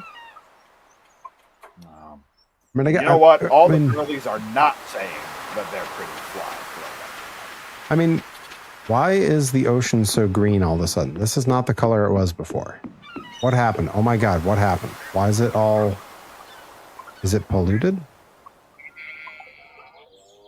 You might, Rabbit. I don't know what's happening here. I don't like it, but you might, Rabbit. Well... Let's see if I can catch anything in this weird green ocean. Seriously, have you seen the ocean? It's all weird and green. I haven't been over to the ocean because I haven't really been making any money off the ocean. If this is about swimming in the ocean, out of the question. All right. Let me go. I'm going to deliver some mail. Yeah, here we are, busting our asses to mail your letters. Deliver your mail. Back from whence you came. You go make your thing. What about This Is Your Night by Amber? I mean, when I think of Amber, I think of the former New England female wrestler who dated my former mentor, Frankie Arion. I was going to say, I remember Amber. I didn't know she and Frankie dated. Oh, for a long time. That was how I met her. Oh, I had no idea. Did I come into the scene after that, or was that after I had left already? That was after you left already. Okay. Yeah, she was back and wrestled a bunch of matches for NCW like 2 years ago. Yeah, she's come and gone for NCW a couple times. Frankie's long gone, and I guess she now is happily married and doing well. That's a good way to be married. Not a surprise. Not a surprise, because she was always very smart. I guess she got like her she does like personal training or something in that ilk. Makes sense. Yeah, she's doing very well. Yep, good old Amber. They were back when couple names were a fun fad. They were Framber. I was going to say Framber. That sounds a little bit like it would be some kind of like milkshake, like a Fribble. That was kind of where my brain went immediately, because that's and she immediately got mad because she was really into the name. It was like Framber, like Fribble. No, oh, sorry. No, it's not like a Fribble. Yeah, you're right. Yeah, great foot to get off on. Half of a Fribble never yelled at me for asking about it. And then yeah, it was an uphill climb for a little while ever since. Hate climbing. So much work. She was always so nice though. Unless you asked her about Fribbles. You know, and that's, and that's my favorite. That's my favorite Star Trek episode. Is the trouble with Fribbles. Oh yes, the trouble with Fribbles. Yep. Follow Night Silk Dong. God, you made it through the underworks. Happy to say that live on a stream. I can't believe I've made it as far into that game as I have. And now that I know I'm only about a third of the way through the game, that's really, yeah. Yep. It's a magnificent game. It's a wonderful restaurant. Once you get there's gonna be a point where it feels more like like you've landed at a base, and you can move a bunch of different places all at once. You're almost there, and then like when I was telling you about like it's easy to get rosaries and stuff like that, you're almost there, and then you'll be able to go fast travel everywhere and clean out all the merchants and be super strong, but it's a challenge. Boom. That game is on its own level. Super cucumber. Love that. Just that quick. I don't think we need it for anything. Isn't a Fribble something you get at the friendlies? Yes. Yes, thank you. Thank you. The trouble with Fribbles. That's how Shatner got fat. That's like the name of the episode, isn't it? No, it's Tribbles. Trouble with Tribbles. Right, like the trouble with Tribbles or something. Yes, that's that's the episode name. Star Trek. Okay. And it's like of the OG Star Trek, I believe it's like the only like famous episode where like anyone remembers the title really. Okay. It's like I know like Next Generation, a bunch of those. There's a whole bunch of like famous episodes where people know the title. But like for the original Star Trek, that's the only one. I'm such a late bloomer on Star Trek. Anything I've watched was all like, I watched it over the age of 18 or what have you. Yeah, I mean, truth be told, I've seen, if you look at the percentage of Star Trek that exists and the amount I've seen, I am a rounding error. I've seen basically zero. Okay. I feel less bad. Which is crazy. One of our best friends from college, my wife's roommate from when we were in college, that her and Herobotic are the people we met through. Okay. He and her partner have like a Star Trek podcast where they've done every episode. Yeah, they've done basically all of it, and now they're like, all right, I guess we're going to do Battlestar, and now we're going to do like, I guess every Halloween we'll do like a special run of like horror movies where we have guests on to talk about them, like, and neither of us has ever bothered to watch any Star Trek, which like you would think with my media savvy and my willingness to go on podcasts, I would have watched some just to like get on an episode with them. Haven't bothered. And both those shows are immense, aren't they? They are huge, yes. And they, I believe at this point, have done every Star Trek episode and every Star Trek movie. Wow, okay. I've seen like a bunch of the Star Trek movies because it seems like those are just way easier to follow. And then I've watched a bunch of Next Generation. But outside of that, I'm in the dark. Yeah, so if anyone in the chat is a big fan of Star Wars, their podcast, if I'm remembering correctly, is a star to steer her, or a star to guide her, or whatever the line from Star Trek is. Okay. It's one of those lines. They're easy to find, and I understand they're supposed to be great. Herobotic is a frequent guest, especially for the Halloween episodes where they talk about horror movies. That's awesome. I didn't know he was such a big Star Trek guy. Yeah, I know he knows a lot of the Star Trek. When I was in college, mutual friend of ours, one of my roommates, was a diehard fan of what's the one with Captain Janeway? The one where it was a female captain. It's not Next Generation. It's the one that comes like after Next Generation. Deep Space Nine. It might be Deep Space Nine. Was a huge fan and was having her partner, my very good friend Sarah. Who was also our roommate. They were watching the whole series. So I saw like maybe 5 or 6 episodes of that where like I just happened to be around. Like I was often doing homework or something and would just kind of like watch it from across the room. And then when I was much younger, I probably watched 10 episodes of the original series with my dad and brother. But I never watched any of Next Generation, which is like, that's the one everyone says, like, that's the one to watch. Never saw any of it. I only watched it because I was told that was a really good entry point into Star Trek lore. And I'm like, okay, well, if I'm going to get into it, this seems like a good place. And it's not bad. Are we doing one last day here before we call it? I think 14 is usually what we do, right? We aim for like 14 or 15, but truthfully, I'm not picky. Yeah, because we just started. If you want to wrap here, that's okay. Yeah, we just started day 14. Why don't we do this one last day and then we'll that's fine. Then we'll wrap and it's 28 days in a month, so it's pretty much like halfway either way. Yeah, we tend to do about half. So I'll take that. That's fine. Yeah.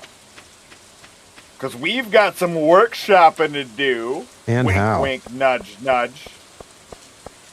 And how? And I gotta eat something. Oh yeah, Folks. no. And also, if you want to like take a little break and then we can hop back on. Folks, for those unaware, I've not had dinner. You what? I know. I haven't mentioned it at all.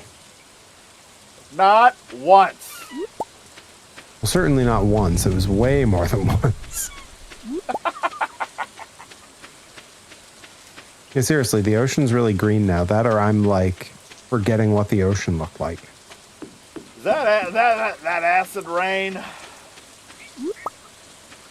No, it's a purple rain. It's purple rain. Oh, God bless Prince. Yeah. I don't know. One of the greatest guitar players of all time. There's this guy with an old amulet to sell, but tells me I'm not ready for it. I don't know what that means. I got a lot of money. Did I hit him with my axe? That was one of the first records that I ever bought on vinyl. Was Prince's Purple Thank you, Rain. Day Without Darkness. I am so brave doing a whole stream without dinner. Yeah, Prince is someone who I wrote off completely. I think we've talked about this. Written off completely. Yeah, for well, me. I get it. I get it. For multiple reasons. I love them both, but I get it. Now, when you say them both, which of my reasons to write Prince off are you talking about? Because there's two. Well, because you were saying MJ Right. and Prince. I feel like were at odds. Oh, they weren't really at odds, but like it's more like I feel like you either grew up in a house where you listen to MJ or you grew up in a house where you listen to Prince. Now, what if you grew up in a house and you listened to neither, and you found them both independently? Because that's my life. I was going to say then your family was wicked white.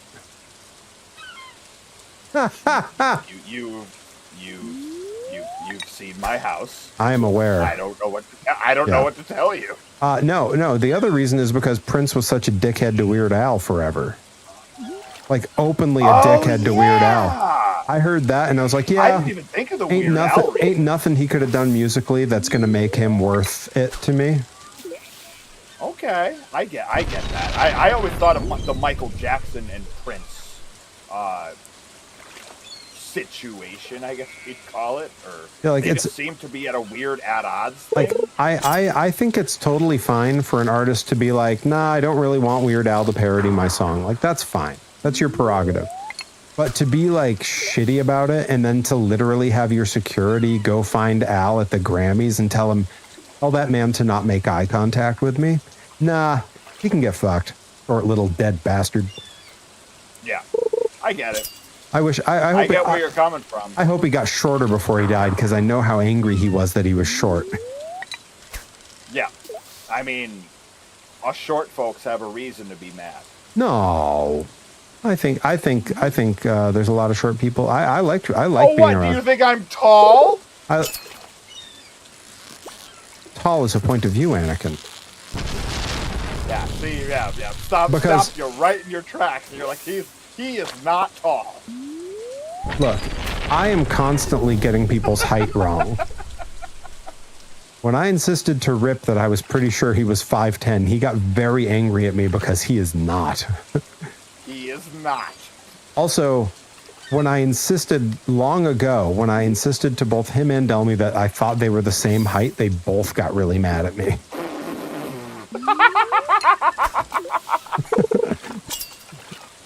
I was pretty sure. I was pretty sure.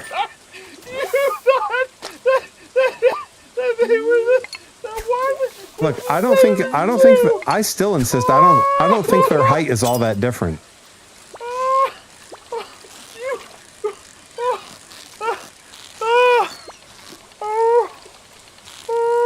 Okay. Listen. Oh, thank you so much. I needed that so much. I feel, God, if laughs could talk. Today feels so much better. Reed Cooper says the face I'm making at my assumption of their Harry, heights. thank you so much. Look, you did that as a favor to me, right? You weren't serious. No, I was dead serious. Day Without Darkness is with me. Are they not?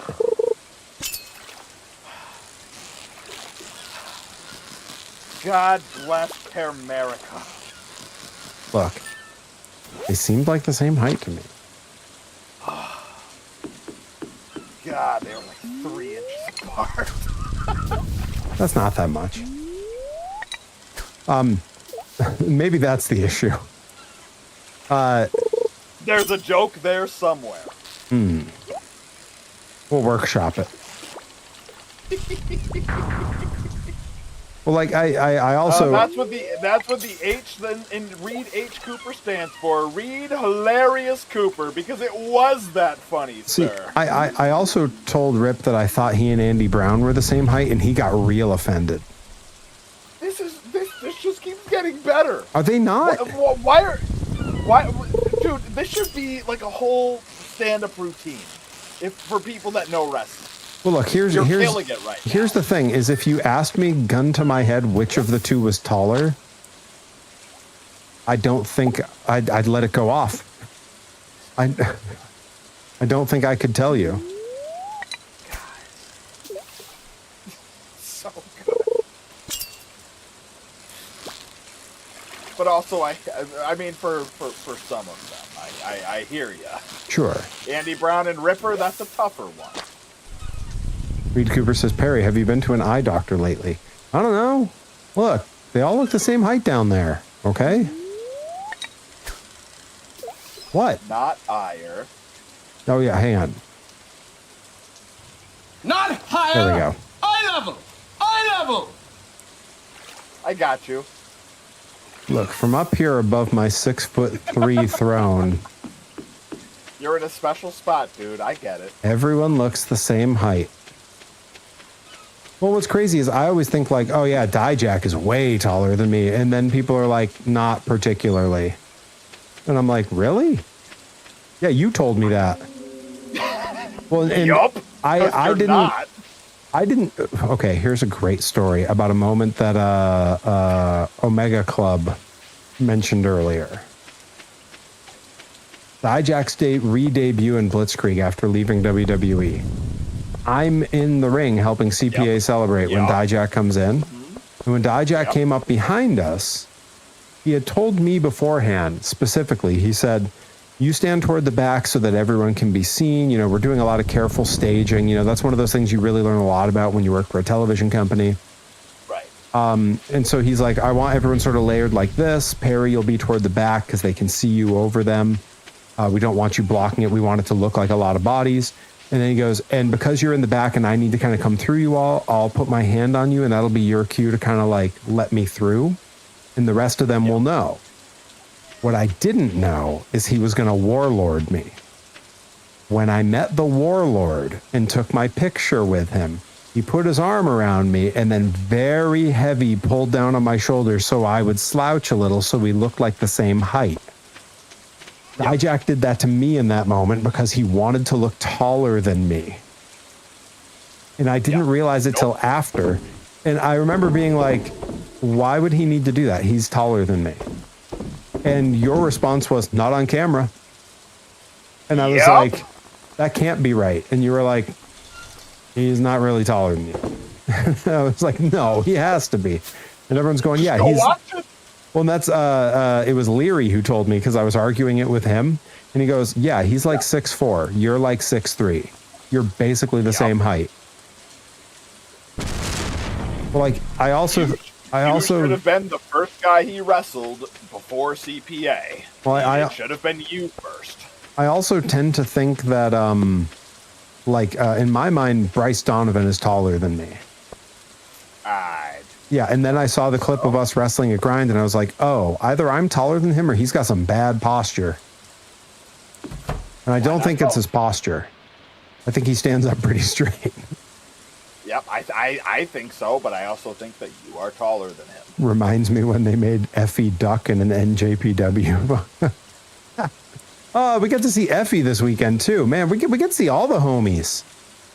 God, what a good guy. Everybody's coming to hang out. Everybody's coming around. Bear and Gabby are coming around. Yep. David's coming around. Folks, one more time. I'm putting it in the chat. Eggs, we could put all the good eggs in a, dozen proper carton. Have yourself a hell of a frickin' Blitzkrieg omelet, let me tell you. Delicious. Be eating good. We don't know who's replacing AG just yet. AG, shout out to AG. Yeah. Get well soon, buddy. Go watch the Limitless show that's on the Limitless channel, because that dude went after it. So yeah, go off about this. Tell the people what's up. Like his leg is messed up. I don't know how much I want to pull back the curtain on it, but he came up at the beginning, and we'll just leave it at he said he was hurt, and both Paul was standing right next to me, production Paul, and we were both like, well, Paul was more like, why are you doing this still? And AG gave the most wrestler Mickey Rourke answer, where he's like, because this is what I'm built to do. This is what it's all about. This is what I do. He went out and just had the most monstrous match with one of the greatest wrestlers to ever do it in Nick Nemeth, Dolph Ziggler, and if I ever had anything even neutral, never mind negative, to say about Anthony Green, it's gone. I will never say anything like that that's not positive about him ever, because that dude went after it for a good 12 to 15 on one leg. So yeah, go watch that on the Limitless channel, and then go on your Twitter or your Instagram or your Facebook, and you lay in your proper salute. Yes, Reed Cooper. He went into that more on one leg. Yeah, he went into that as injured as you've ever seen a wrestler go into a match. Truly. My no hat, my hat is off. Unbelievable showing. And I messaged him earlier, and I want, A, how are you? B, salute. No, he injured it. From what I understand, when he was telling me about it, it was a number of weeks ago, and he was just trying to rehab it as best he could, and coming into this match knowing what it was. But yeah, his leg has been destroyed for quite some time. But I'm blown away by what he brought to the table that day.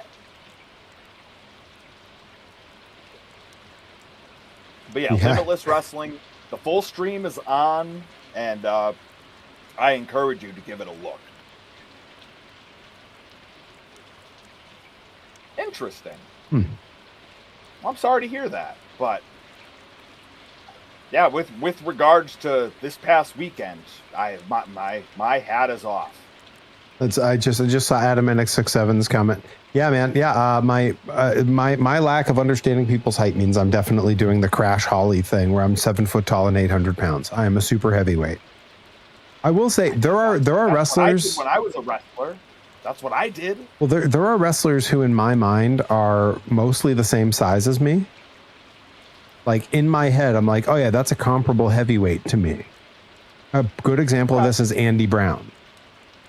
And then when I saw the clip of the match where he won the Grind Grand Championship from me, when he pins me at the end and hooks my leg, is when I finally see the incredible size. We look like two different species.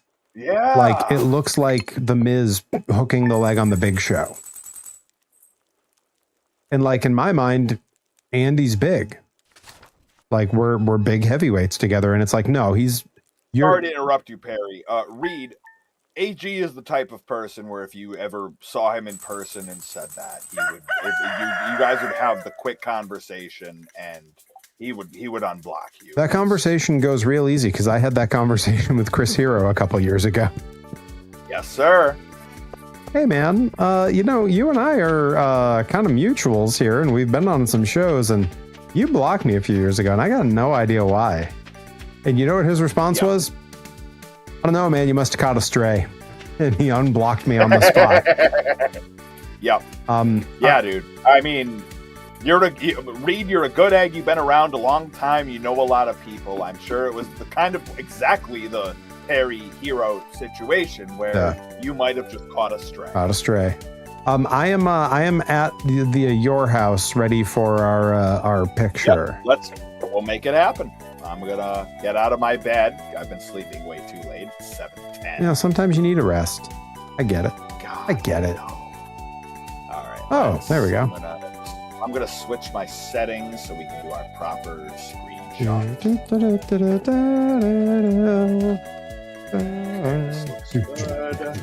All right, you're in the spot, yeah? Yep, I am. I am in the spot. All right, say cheese. Cheese. Haha, all right. All right, homies. Appreciate y'all tuning in. We'll be back around next Thursday for more Stardew Valley. Perry will be back Monday night, if not sooner, for more Silk Song Act 2. But appreciate y'all tuning in. And don't forget, have a great rest of your night. Blitzkrieg Pro, Luau, Saturday, Springfield. Be there. Johnny Torres will be on the call. I will be trying to regain the Jensen Championship in a match against Angelo Carter and Azure, the current champion. And in the meantime, over on my channel, if that's where you're watching, I have set a little raid for the homie, Brian Abu Chakra, King Lord Brian, over on KLBR. So hop in there, tell them we say hello, drop a couple emotes, listen to some cool music, watch some cool videos. And yeah, I'll be back Monday and through the week, and Johnny Torres will be back with us on Thursday. And who knows, either one of us could pop up in between then and now. So make sure you got all the alerts set the right way. You never know. Have a great night, folks. Take care, kids.